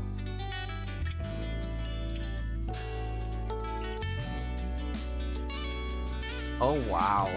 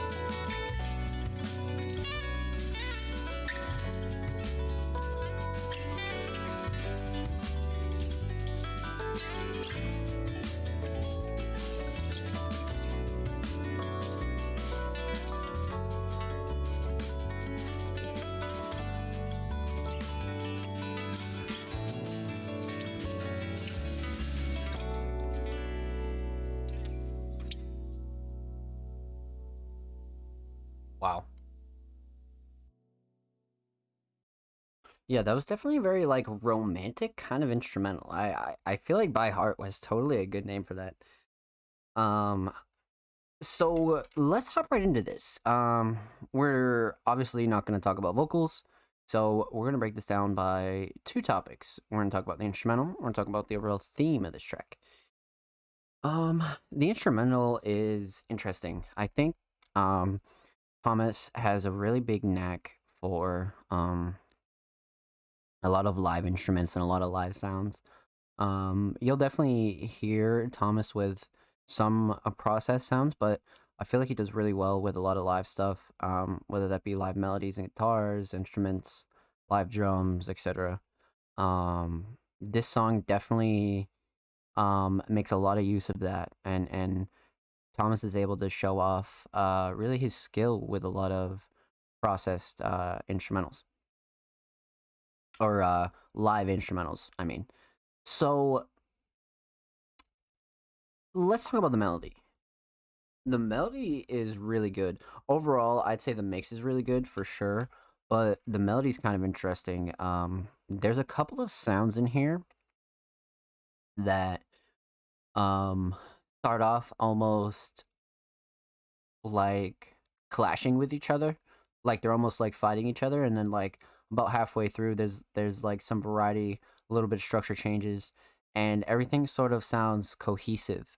And I think this one definitely has like one of the bigger personalities that we've heard from Thomas for sure as far as an instrumental goes. But overall, the mix is really good, 100%, especially for live sounds. The melodies here are solid. They lay a really, really good foundation. Um, and just really like kick off almost a groove. There was almost this bass, or kind of a pluck that I didn't really like. I picked out almost instantly, but I feel like if somebody who wasn't like musically inclined, I feel like they wouldn't really hear things like that. But I almost would have liked to hear what this would have sounded like with like one melody almost. But regardless, I still think it came together about like halfway through the track. I really feel like um this is one of the tracks that like you really gotta let ride out and like let play all the way through. Because sometimes there are those tracks, right, where you could play like 20 seconds and you're like, I'm not really feeling it. This is definitely one of those tracks where like you let it ride, and by the end you're like, oh, okay. So Thomas is really really dope for that. A lot of producers don't get enough credit because most people just listen to like 10 seconds of a beat. But for producers, like sometimes a lot of the best structure is in the meat of the song or the middle, or towards the outro or wherever. So always give instrumentals and always give songs a chance. Don't judge it by the first 20 seconds. Because Thomas proves right here that songs always progress and songs always have like a really good structure. So just beware that. Give songs a chance. Give songs two chances. Refresh it. You never know. Songs grow on you. Songs grow, as you're listening to them. So this is definitely one of the doper parts about this. So mix is solid. Um, there's almost a very like really like soft alternative vibe here, but there's like a little bit of like almost folk sprinkled in a little bit, like a little bit of folk vibes, but like all in all, like it's got a very like good alternative bass like for sound. Like and I feel like Thomas has always been really good at that type of alternative sound, whether it be alternative pop, alternative rock, um any form of alternative. I think Thomas really kills it at for sure. But let's talk about the theme here. Um, because overall the instrumental was great. Structure was awesome. Mix was awesome. The live instruments were great. The live drums were great. Um, heavy alternative vibes, and just pretty much everything staple from Thomas. And of course, you guys know the drill. I really enjoy when producers put out tracks as singles and really just embody the fact that they are a producer, much like Kale, much like a couple other producers that we discuss here on Music Mondays. I feel like Thomas really embodies the fact that they are a producer and treat themselves like an artist and treat their songs like art. So it's really nice and refreshing to see that. And always a pleasure. Always a pleasure for sure. The overall theme here is great though. Like the overall theme is fucking awesome because aesthetically the cover is really nice. I spoke a little bit about that at the start. Song titled By Heart. You know, you could take that at face value and it's one thing to have a theme aesthetically like this, but another thing to have a song actually personify what the theme is, and it really does. It really fucking does. It's a very romantic kind of guitar. It's a very love centered kind of track, and it just makes you feel kind of peaceful. You know what I mean? It's a very peaceful track, and usually Thomas is known for more their peaceful, kind of ethereal, cloudy instrumentals that just you can just kick back to. Definitely excels at that like 100%, 100%. So aesthetically a great theme, but I think one of the shining parts about this is the sounds also matching up with the theme, and you could totally like immediately get a very soft vibe from this. So you could tell why it was called By Heart. And as a producer, that sort of thing is super important because uh we don't really use our words, we use our sounds. So when you name your tracks and pick covers and names, it's always good to make sure they match up. And I think Thomas does a really good job at that, for sure. So with that said, man, shout out to Thomas Marcus. It's always a pleasure, always a pleasure. Keep doing your thing, homie. Much fucking love. What a wonderful producer Thomas is, man. Wonderful fucking producer, honestly. Um, Make sure you follow Christo Christian on Twitter. Make sure you follow Thomas Marcus on Spotify. And of course, if you're watching on YouTube, every artist featured in today's episode and every episode will be linked in the description box. And of course, if you're watching on YouTube, make sure you drop a like, man. Subscribe. Check out the description box for every artist.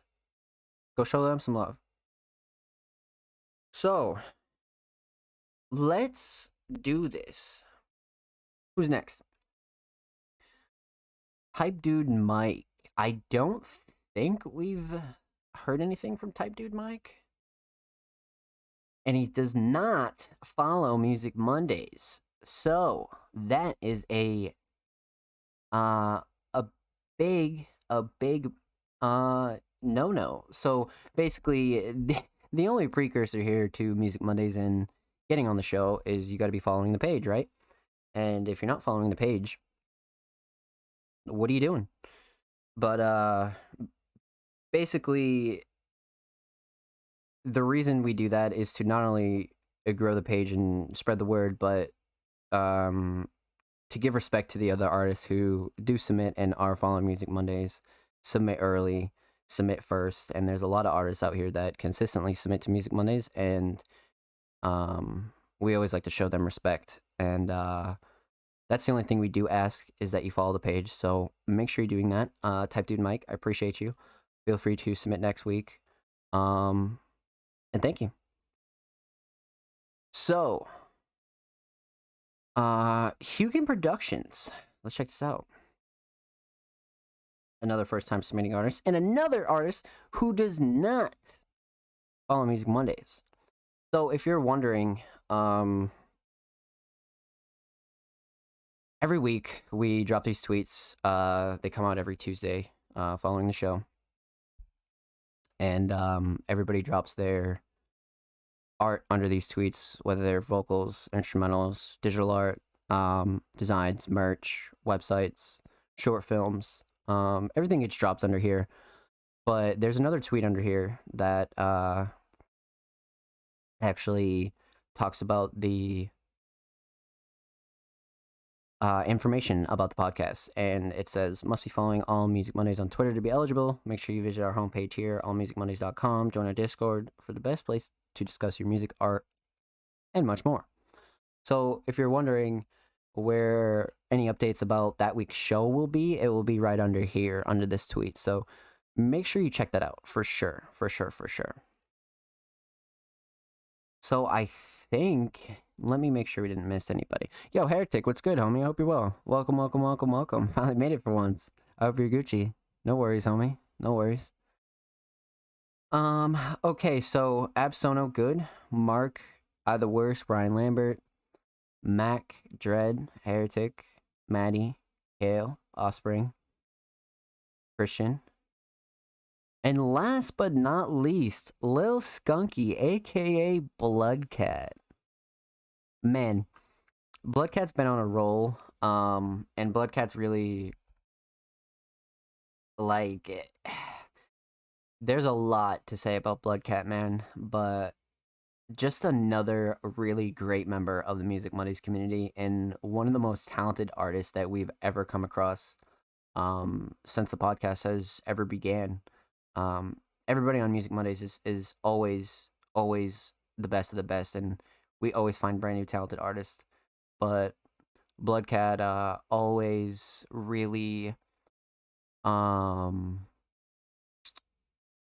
really has just shown a lot of love to Music Mondays and shows a lot of love to the artists around.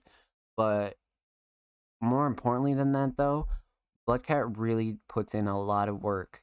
A lot of work, whether it be with instrumentals, vocals, songs.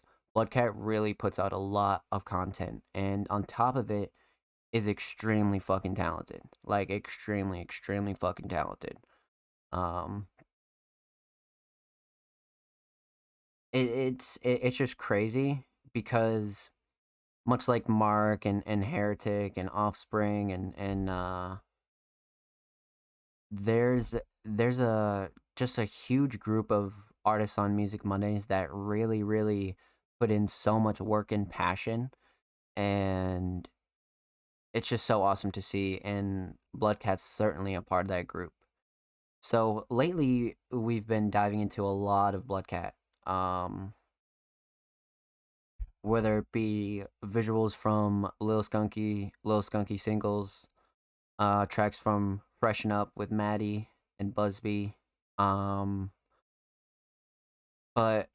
one of the main things here is the exclusive and unreleased tracks from Bloodcat. And this is going to be interesting. This is going to be very interesting. So they just dropped this track under their submission tweet, and they said Show and Tell 527. So dropping in about a month from now. Unreleased, unheard, Music Mondays exclusive, Bloodcat, Show and Tell. And of course, this is like the best Bloodcat picture in the history of Bloodcat pictures. Gotta be. Like bar none, for sure. Cover art pending? Yeah, I kind of figured. Thank you. It is goated. No, honestly, I just will always like remember the first time I saw this, and like it just fucking slaps me in the face every time. But Bloodcat's the homie, man. I'm really excited to get into this. I'm really excited to get into this. Show and Tell, May 27th. Music Mondays exclusive, unreleased Bloodcat. Let's get into it.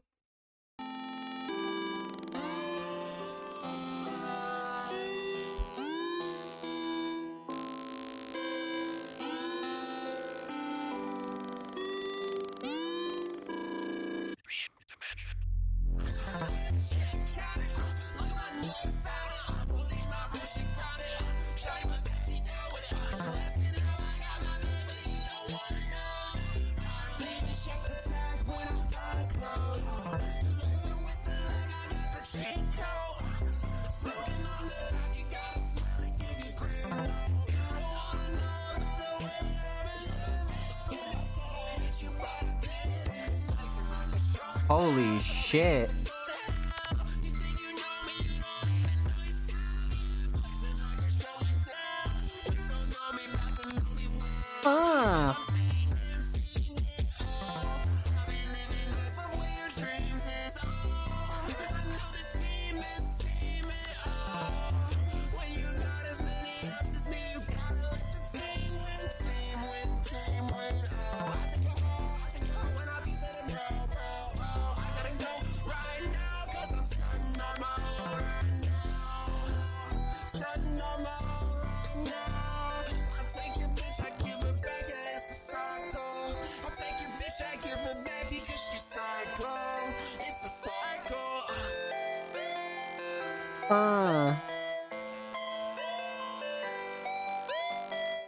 Dude, that was such a fucking bop. Holy shit, bro. It's that kid dancing in the club, bro. That gif is perfect for this. This is a fucking bop. Mix is insane. Mix is definitely fucking insane.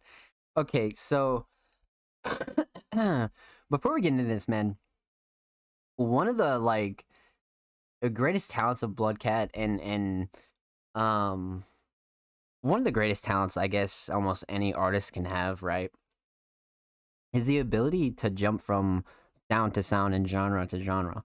Not that you have to, not that it's needed, not that it's anything, but I feel like that's such a really rare skill and such a slept on ability. I feel like the artists that do that aren't talked about enough. Like it's really something that Bloodcat is not known for, but should be known for, if you get what I'm saying. Because you could go back in the last 10 episodes of Music Mondays and you've heard Bloodcat from acoustic singing Bloodcat, trap Bloodcat, club cat, this which we'll get into, and there's just a lot of really good variety here, and it's something that I really enjoy about artists, and something that takes you really far in creativity is having something for everybody, right? So, you could take a batch of Bloodcat songs and not all of them are going to have the same sound. Therefore, a bunch of new supporters are going to find something that they like. So, shout out to everybody who's already supporting. But say you took 50 random people off the street and then 50 random Bloodcat songs, there's going to be something for everybody there. And that's a trait that, like I said, is very slept on in my opinion. And it's such a great quality skill to have. It really is. So never be afraid to go outside the box, try some new shit. And just really just try to push yourself. And then if you're comfortable with a sound, that's fine too. You know what I mean? Sometimes fucking people just like making certain types of music, and that's okay too, because there are lots of people out there that make one style or a couple styles and do really well with it. But if you do have a sort of bigger variety, that's always a plus, never a bad thing. Never a bad thing. I know Nightbot's got a personality, baby. My Nightbot's got literally the fucking attitude. So yeah, honestly, this is great. This is fucking great. Let's break this down. We're going to talk about 3 subjects. We're going to talk about the instrumental. We're going to talk about vocals. And we're going to talk about the overall theme of this track. So, this instrumental is great for a lot of reasons. But all in all, the mix is nice. Much like Heretic mentioned in chat. Not distorted, the mix isn't too crazy, nothing's clashing too much or anything like that. Even with as erratic as these vocals are, not that they're erratic in a bad way, but you couple that with, a really hard super bassy beat, sometimes it can be hard to tackle, right? Well, I feel like a Bloodcat did an excellent job with this. This mix is really, really solid. And nothing sounds watered down. It's not very like Because you know how sometimes you can mix shit and then like you come out with a final and it's just like, damn, that's not as hard as it like was before. This is totally not that case. I feel like it hits just as hard with the master. So this is nice. This is really nice. So instrumental is great. Much like Heretic said, I really enjoy the mix on this. It has a very like pop almost like much like Heretic said, bubbly, but like kind of reminds me of like early Seattle sounds, like pre hyperpop. Because like I really enjoyed like the pre hyperpop sound where like it just wasn't that, and this reminds me of that. It's nice and hard, and like it's got like the sort of like bubbly kind of like cute head bob thing going on. So Roblox core, yeah, like bro, there was some shit going around, and like it wasn't hyperpop or anything like that, and it was like almost around the time that Nightcore was like starting to take over again, and this reminds me like so well of that, and I really enjoy it. I really enjoy this sound because that was my favorite. You know what I mean? Like that was really my favorite. So I fuck with this sound for that for sure. So instrumental mix really crisp. I love the choice here, 100%. Um, let's talk about vocals. Vocals are really really interesting here. If anything, I really feel like this is like such a flex, and not like a cocky flex. I really feel like it's a flex to like be able to like expand on vocals this much. Bloodcat can do almost anything. I think the only thing like we haven't heard Bloodcat do vocally is like some like really like heavy vocals. Like we have, but like it's it's hard to think of a type of sound that we haven't like heard Bloodcat do, and I think that's such a plus. I think that's such a fucking plus. Um so before we get into the specifics, vocally this mix is great. Um like I said with the beat, it can be pretty easy to like distort this kind of thing and really make this sound off, but this is perfect. And honestly, I don't e- I can't even sit here and say that I'm surprised though. Like I really can't even sit here and say that I'm surprised because Bloodcat has always had such a solid fucking mix. Like never once have I heard a Bloodcat track and been like, uh yeah, this is like not that good. Like Bloodcat has like a really solid mix.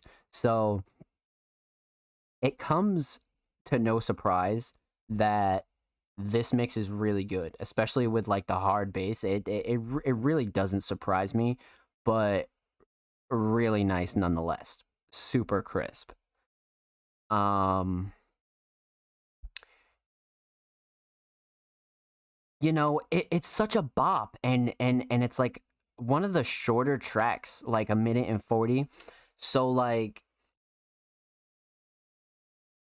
a minute and 40, much like I was saying with the Heretic track, you kind of got to make the most of it, right? Like knowing that it's on like the shorter side, um you can expect two things. You can be like, okay, this is about to be really fucking hard, or this is about to be like not that good.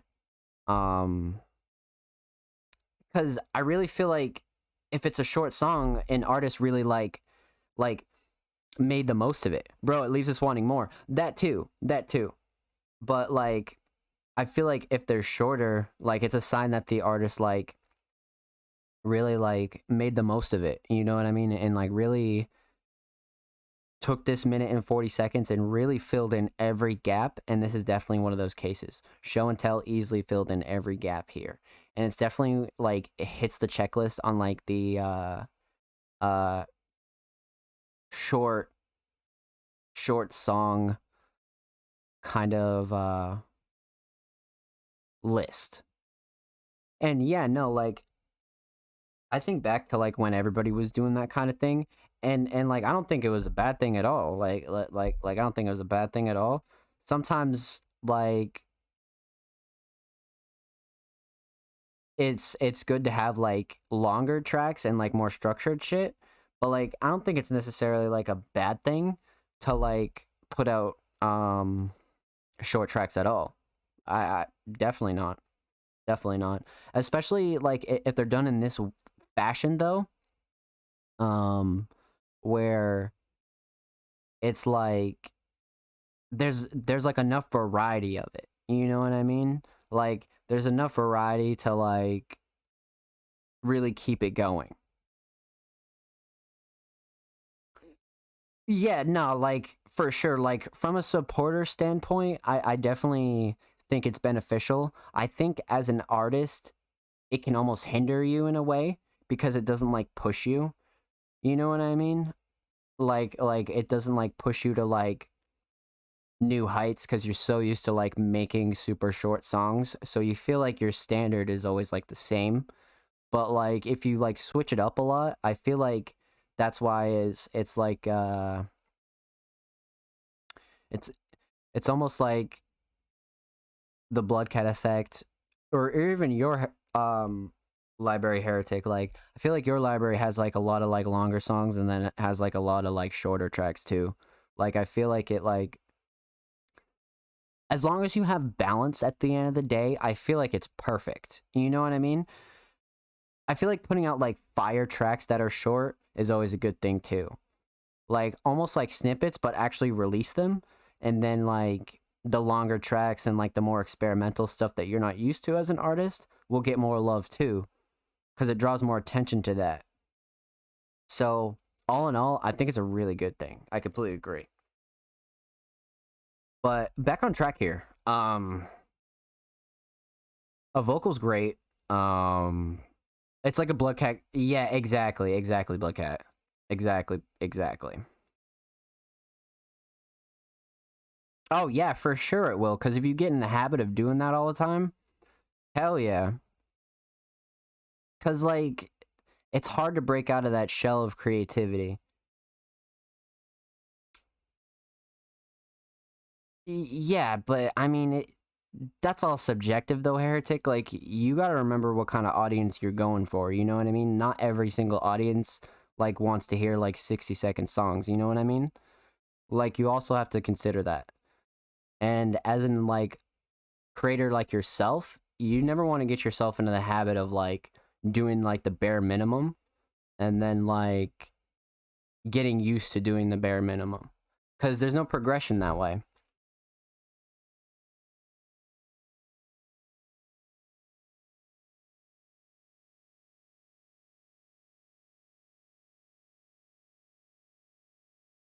No, yeah, right. Like it's definitely no, because like if you just heard what I said, like it's not something that like you do like all the fucking time, like because like Bloodcat said, it's not you're not writing full fucking songs every song, but it's also the opposite end of it too, where like you don't want to get yourself in the habit of like writing only minute songs and be worried about is this long enough? Do I have a feature for this? This isn't that good or whatever. Like you want to like keep it fresh and like not really like stay stagnant and I think the variety really helps for sure. For sure.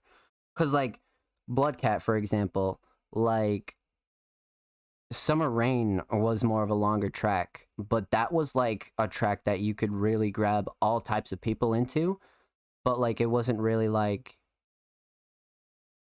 this like sort of huge process. It was just a very like emotional piece, and then like you have shorter tracks like this with like a minute 40, but like the whole minute 40 is like made use of, because like regardless of whether the track is short or not, I think that's the most important thing there, is like being able to make the most of it, because like you could make a short track and say fucking like one word the whole thing, and which people do that, but like you're not going to get away with that for long, you know what I mean? Like people want like more, what's the word, not like content, but like more to get out of you as an artist, right? Because supporters want to relate to you. Supporters want to, you know, they want to have something that they can relate to and just feel tangible with. And as long as you're serving like all bases, you could never lose. You know what I mean? You can never fucking lose, for sure. Like it's really good to cover all bases. But like at the end of the day though, like we could talk about specifics for sure, but like as long as you're enjoying what you're putting out and people are enjoying it, that's all you need to know. You know what I mean? I feel like people like, you know, new artists or something, they always have this like misconception and like try to like break down numbers and, you know, strategies and shit like that. But at the end of the day, like what creates the best sounds in music is enjoying yourself and having fun.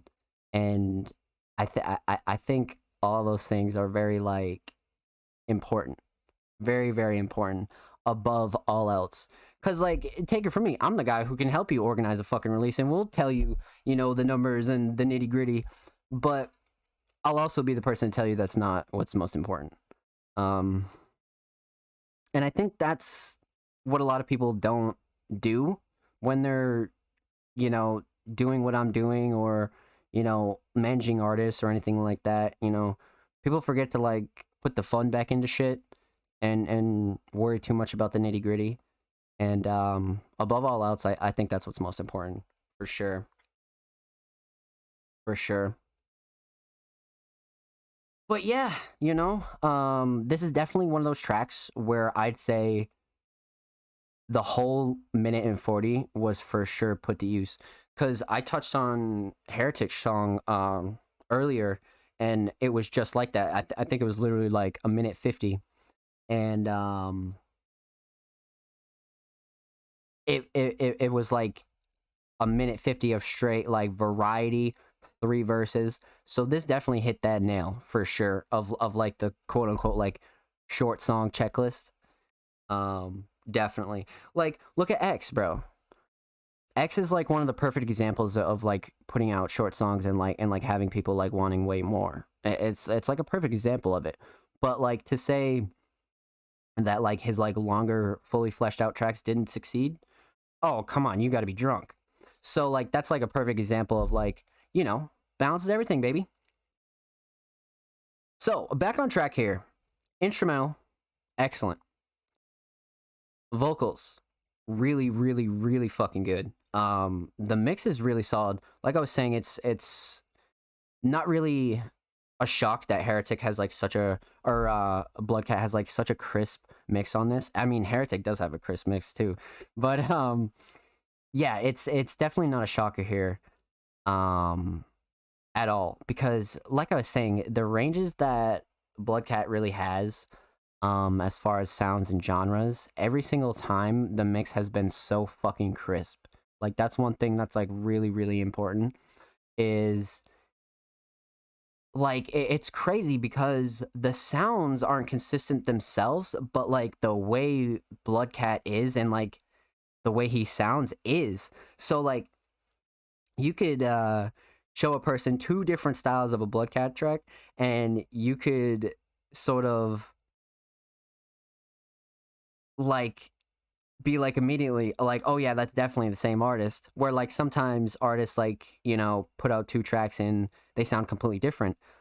That's what's great about this is not only is uh Bloodcat really like hopping sounds, but more so like staying consistent across the board as well, which I think that's like holy shit. Like that's another thing that's like really slept on.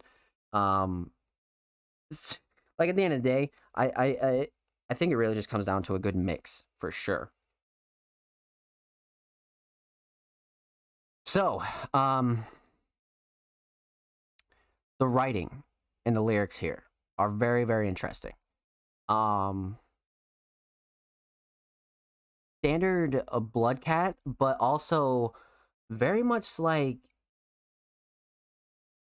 didn't like go too deep with lyrics.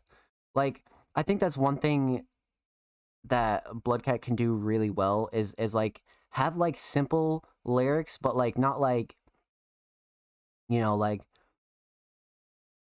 overly simple. Like there's like lyrics to like latch on here and you're like, "Oh, okay." And like Bloodcat has like this style of writing where it's like really grimy, but it's like Bloodcat's a very authentic artist when it comes to their writing. Like you don't hear a lot of lines in here and you're like, "Oh yeah, that's bullshit." Like you just don't. Like he's just not one of those artists, and it's hard to jump from genre to genre and really like sort of keep it consistent across the board. You know what I mean? Because eventually artists start, you know, capping and they start fucking saying some bullshit. And Bloodcat really like almost takes like some like real shit that's going on, or like some real like um just like some anything that's going on in their life, and they're able to like make it colorful and like make it like painted in a way where it's not just like some bullshit. It's like very much almost poetry in a way. And the lyrics help you visualize a lot of the track that um you almost normally wouldn't. And that's what's really nice about this. For sure, for sure, for sure. But flows and cadences are great. I think I said on the Freshen Up track that Bloodcat's really like got one hell of a talent for writing hooks.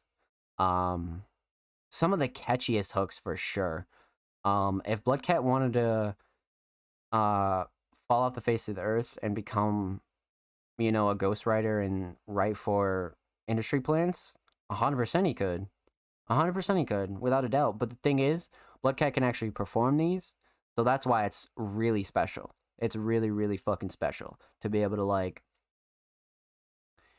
have the ability to write so many different choruses, but like perform them with like cadences that like are just so like seasoned and like very professional is kind of a weird term. Um, but like just very seasoned and like very mature. Um, it's great. It's really great. So I'm a huge fan of the writing and the cadences here, 100%. Um, all in all, I feel like the vocals here are a really really shining part of this, without a doubt, without a fucking doubt.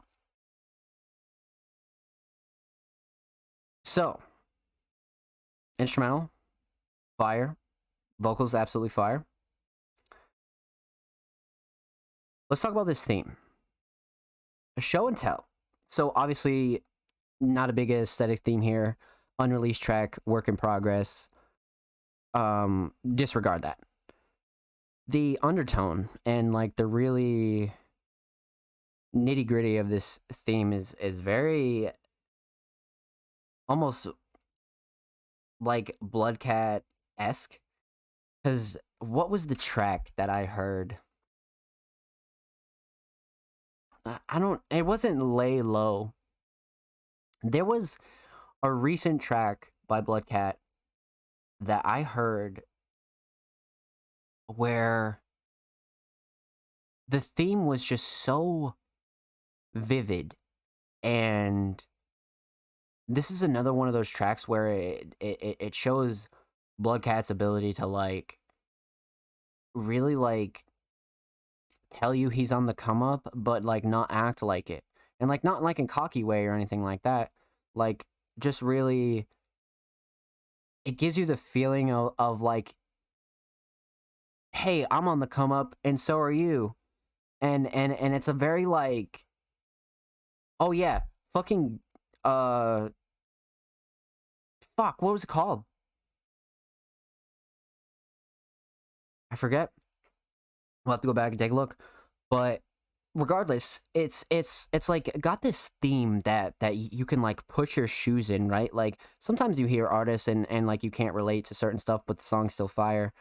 Um, Bloodcat's one of those artists that like you can relate to. Like you can relate to um sort of like right now. You know what I mean? Like Bloodcat doesn't make it hard to like be relatable. And like I don't think that's like a goal, you know what I mean? It's not like some external goal to be fucking relatable, you know what I mean? That's not why artists make music. I mean, some do, but it's always nice to have those songs, but there's like this tone of like being like on the come up and like cuz you know those kind of tracks where it motivates you to like you're like, "Oh, this artist is going through it too." Like it's like the relatability and the replayability of like, you know, relating to an artist in the time of their life through what you're going through in your life. And I think Bloodcat has a really, really big thing with that. Maybe it's just me or the way Bloodcat writes, but makes it very easy to not only visualize tracks, but also like make you not feel, you know, because some types of music, you know, you can't relate to, you know, you talk about like money and like, you know, some people might be broke or you like, you know, the deal. Like, I feel like Bloodcat's one of those artists that like, much like I said in the beginning, there's a track for everybody, right? But even with tracks like this, like Show and Tell, and you know, taking your bitch and giving her back, and like, there's so many relatable and memorable lines that people can be like, I relate. You know what I mean? Like, boom, I can like I get that. You know, my friend believe it. You can flex anything. That's the spirit of the flex, baby. Dude, I agree. I completely agree. Um, and I think that's one of your shining traits is just you just take everything with stride. Like I feel like you can make a banger about like tacos, like, and then at the same time make something like Summer Rain or this or Lay Low. Like so, yeah, yeah. That's really impressive. That's really fucking impressive, and it's just so motivational. Like this this is very important. This is very, very, very fucking important. Um, because I'm telling you, man, like every artist on Music Mondays, if you keep doing what you're doing, you're gonna get exactly where you want to be. And for Bloodcat, that's like so ingrained. You know what I mean? Like that's so fucking ingrained. Like Heretic, leading scorer in heavy music, heavy underground alternative trap for sure. Bloodcat, easily somebody that an artist can take motivation from and really just like it's like proof that you don't have to like make some kind of standard or do something fucking crazy or make a certain type of sound. Since day one, Bloodcat has been in here and really just shown that no matter what you make, it can be fucking fire. It can be absolutely fire as long as you love it. As long as you're like, man, this is great. I'm having a great time. Like, it's gonna be good.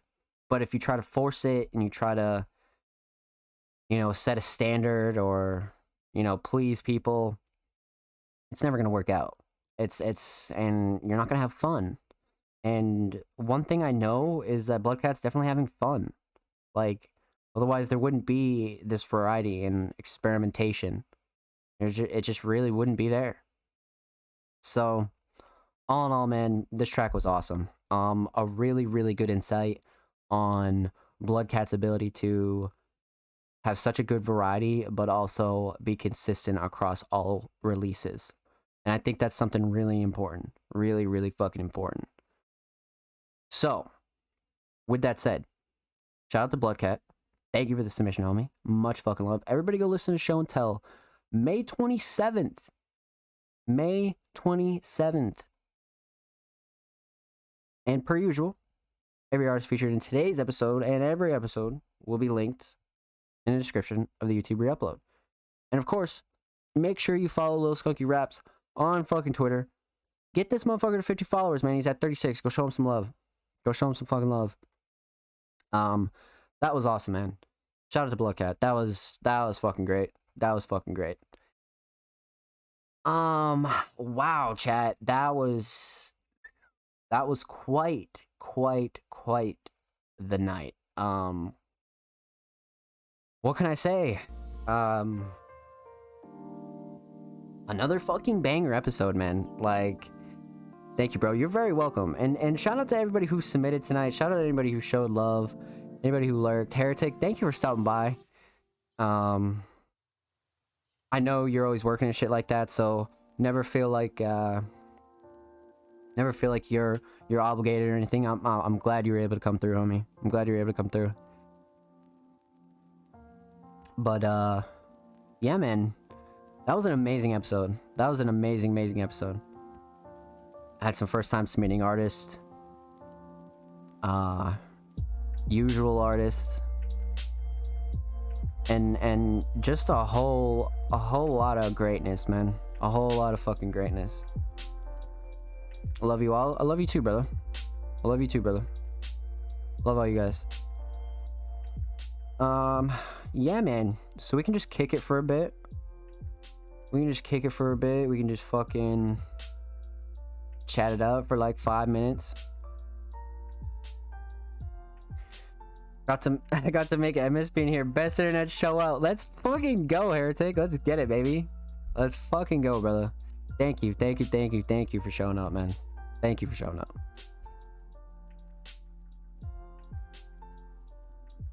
Twitch unavailable username. Welcome to stream, homie. I hope you're well. But yeah, man. Shout out to any of you guys who are here on the late night grind. Heretic, I know you're out west, so it's not that late for you yet. It's going on 1 a.m. here on the East Coast, so if you're out here watching the late night show, thank you, man. If you submitted your work, thank you. If you tuned in, showed love, I appreciate it. Can't wait to do an interview, dog. There's so much to talk about. Hey, I'm gonna send you a message after the show. We definitely got something to discuss for sure. But if you came through the show, if you were lurking, if you submitted a track, thank you. Let's talk about what's going on this week for Music Mondays. Submissions open tomorrow for next week's show. They'll be open for about a week until we go live next Monday. So if that's something you're interested in, feel free to follow us on Twitter at All Music Mondays. All Music Mondays on all platforms. Submissions will go live tomorrow afternoon. So if you're interested in next week, make sure you look out for that. SoundCloud Sunday submissions open this Wednesday. Per usual, volume 28. That'll be dropping this Sunday as well. Brand new written article this Friday as well from the Music Mondays team. Curing cases of the Mondays. Submissions are still open. We have about, I'd say 2 weeks. So if you're interested in taking part and getting a unreleased exclusive track on the Music Mondays official album, Curing Cases of the Mondays, make sure you follow us on Twitter or all socials to find out more about that. You can send me a DM, send us an email. Our album drops May 14th. So most definitely be on the lookout for that. Way more information this week on that. I whipped up some shit last night that you guys will see on the socials later. So yeah, man, lots of really, really good stuff coming this week for Music Mondays. I'm talking written articles, album content, SoundCloud Sunday, submissions, new YouTube upload every Thursday as well. I'm not sure if I touched on that a little bit, but new YouTube uploads on Thursdays. Of course, if you haven't noticed, for the last couple weeks, it's been like that, but Thursdays. And of course, if you're not subbed on YouTube, what the fuck are you doing? I think we're at like 30 plus subscribers, so we're really, really close to that big 5-0. So it'd be great if you'd drop a sub over there on our YouTube channel. That would be awesome. You can find all the old episodes of Music Mondays on there, all the latest episodes, Music Mondays exclusive music, snippets, all sorts of goodies are on there, man. So make sure you go check that out. I had one more really important thing to talk about. What was it? Oh yeah, last week I said this week was going to be a guest episode, but our guest actually had some scheduling conflicts, so we had to reschedule. I'm going to let you guys know on the guest episode, most likely this week. So make sure you stay posted with that. You know, it happens, you know, sometimes guests, you know, have scheduling conflicts and shit that comes up. So for sure expect a guest episode next week or the week after that. But regardless, I'm going to be pretty much putting together a big list of guests I want to get here on the show. So I'm going to try to do a guest episode almost every week, if that'd be something that you guys were into, or at least bring a guest on for like the first half of the show. And then we'll do reviews and shit for the later half. Maybe do like, you know, 1.5 hours and then 1.5 hours. You feel me? I think that's something I'm really, really gonna try to push for. But yeah, man, all in all, make sure you follow us on all socials. Lots of big happenings here on Music Mondays. If you're a new follower, an old follower, consistent supporter, old supporter, I appreciate you, man. You support me or Music Mondays, I love you. Thank you. Thank you, thank you, thank you. You make my job easier, make the staff's job easier. And you help us just be able to put on some of the best underground creatives and really shed light on some creators that need the love, deserve the love, and should be talked about more. So, with that said, that does it for episode 66 of the Music Mondays podcast. Like I said, shout out to anybody who came through, showed love. Bloodcat, Heretic, Mark, Offspring, anybody else who came through, showed love. If you lurked and chilled, I appreciate it. Thank you, thank you, thank you. Make sure you follow the channel if you haven't already. Live every night here. If we're not doing podcast related activities and Music Monday stuff, I'm usually playing games, so feel free to show some love. This episode will be live on YouTube this Saturday, so be on the lookout for that. I think that's about it, chat. I think that's about it. So, thank you again. It's been a wonderful episode. I'm going to tweet out the top 3 artists of this week's reviews. Stay up to date with us on all socials. Make sure you stream us on Spotify, all audio sites, Apple Podcasts, wherever you listen to podcasts. Go check out some old Music Mondays episodes, and they'll be getting updated every week. So, shout out to anybody who came through. I love you guys. Thank you, thank you, thank you. Bye, friends. Yo, bye, Heretic. I'll hit you up in a bit. Chat, be safe. I love you guys.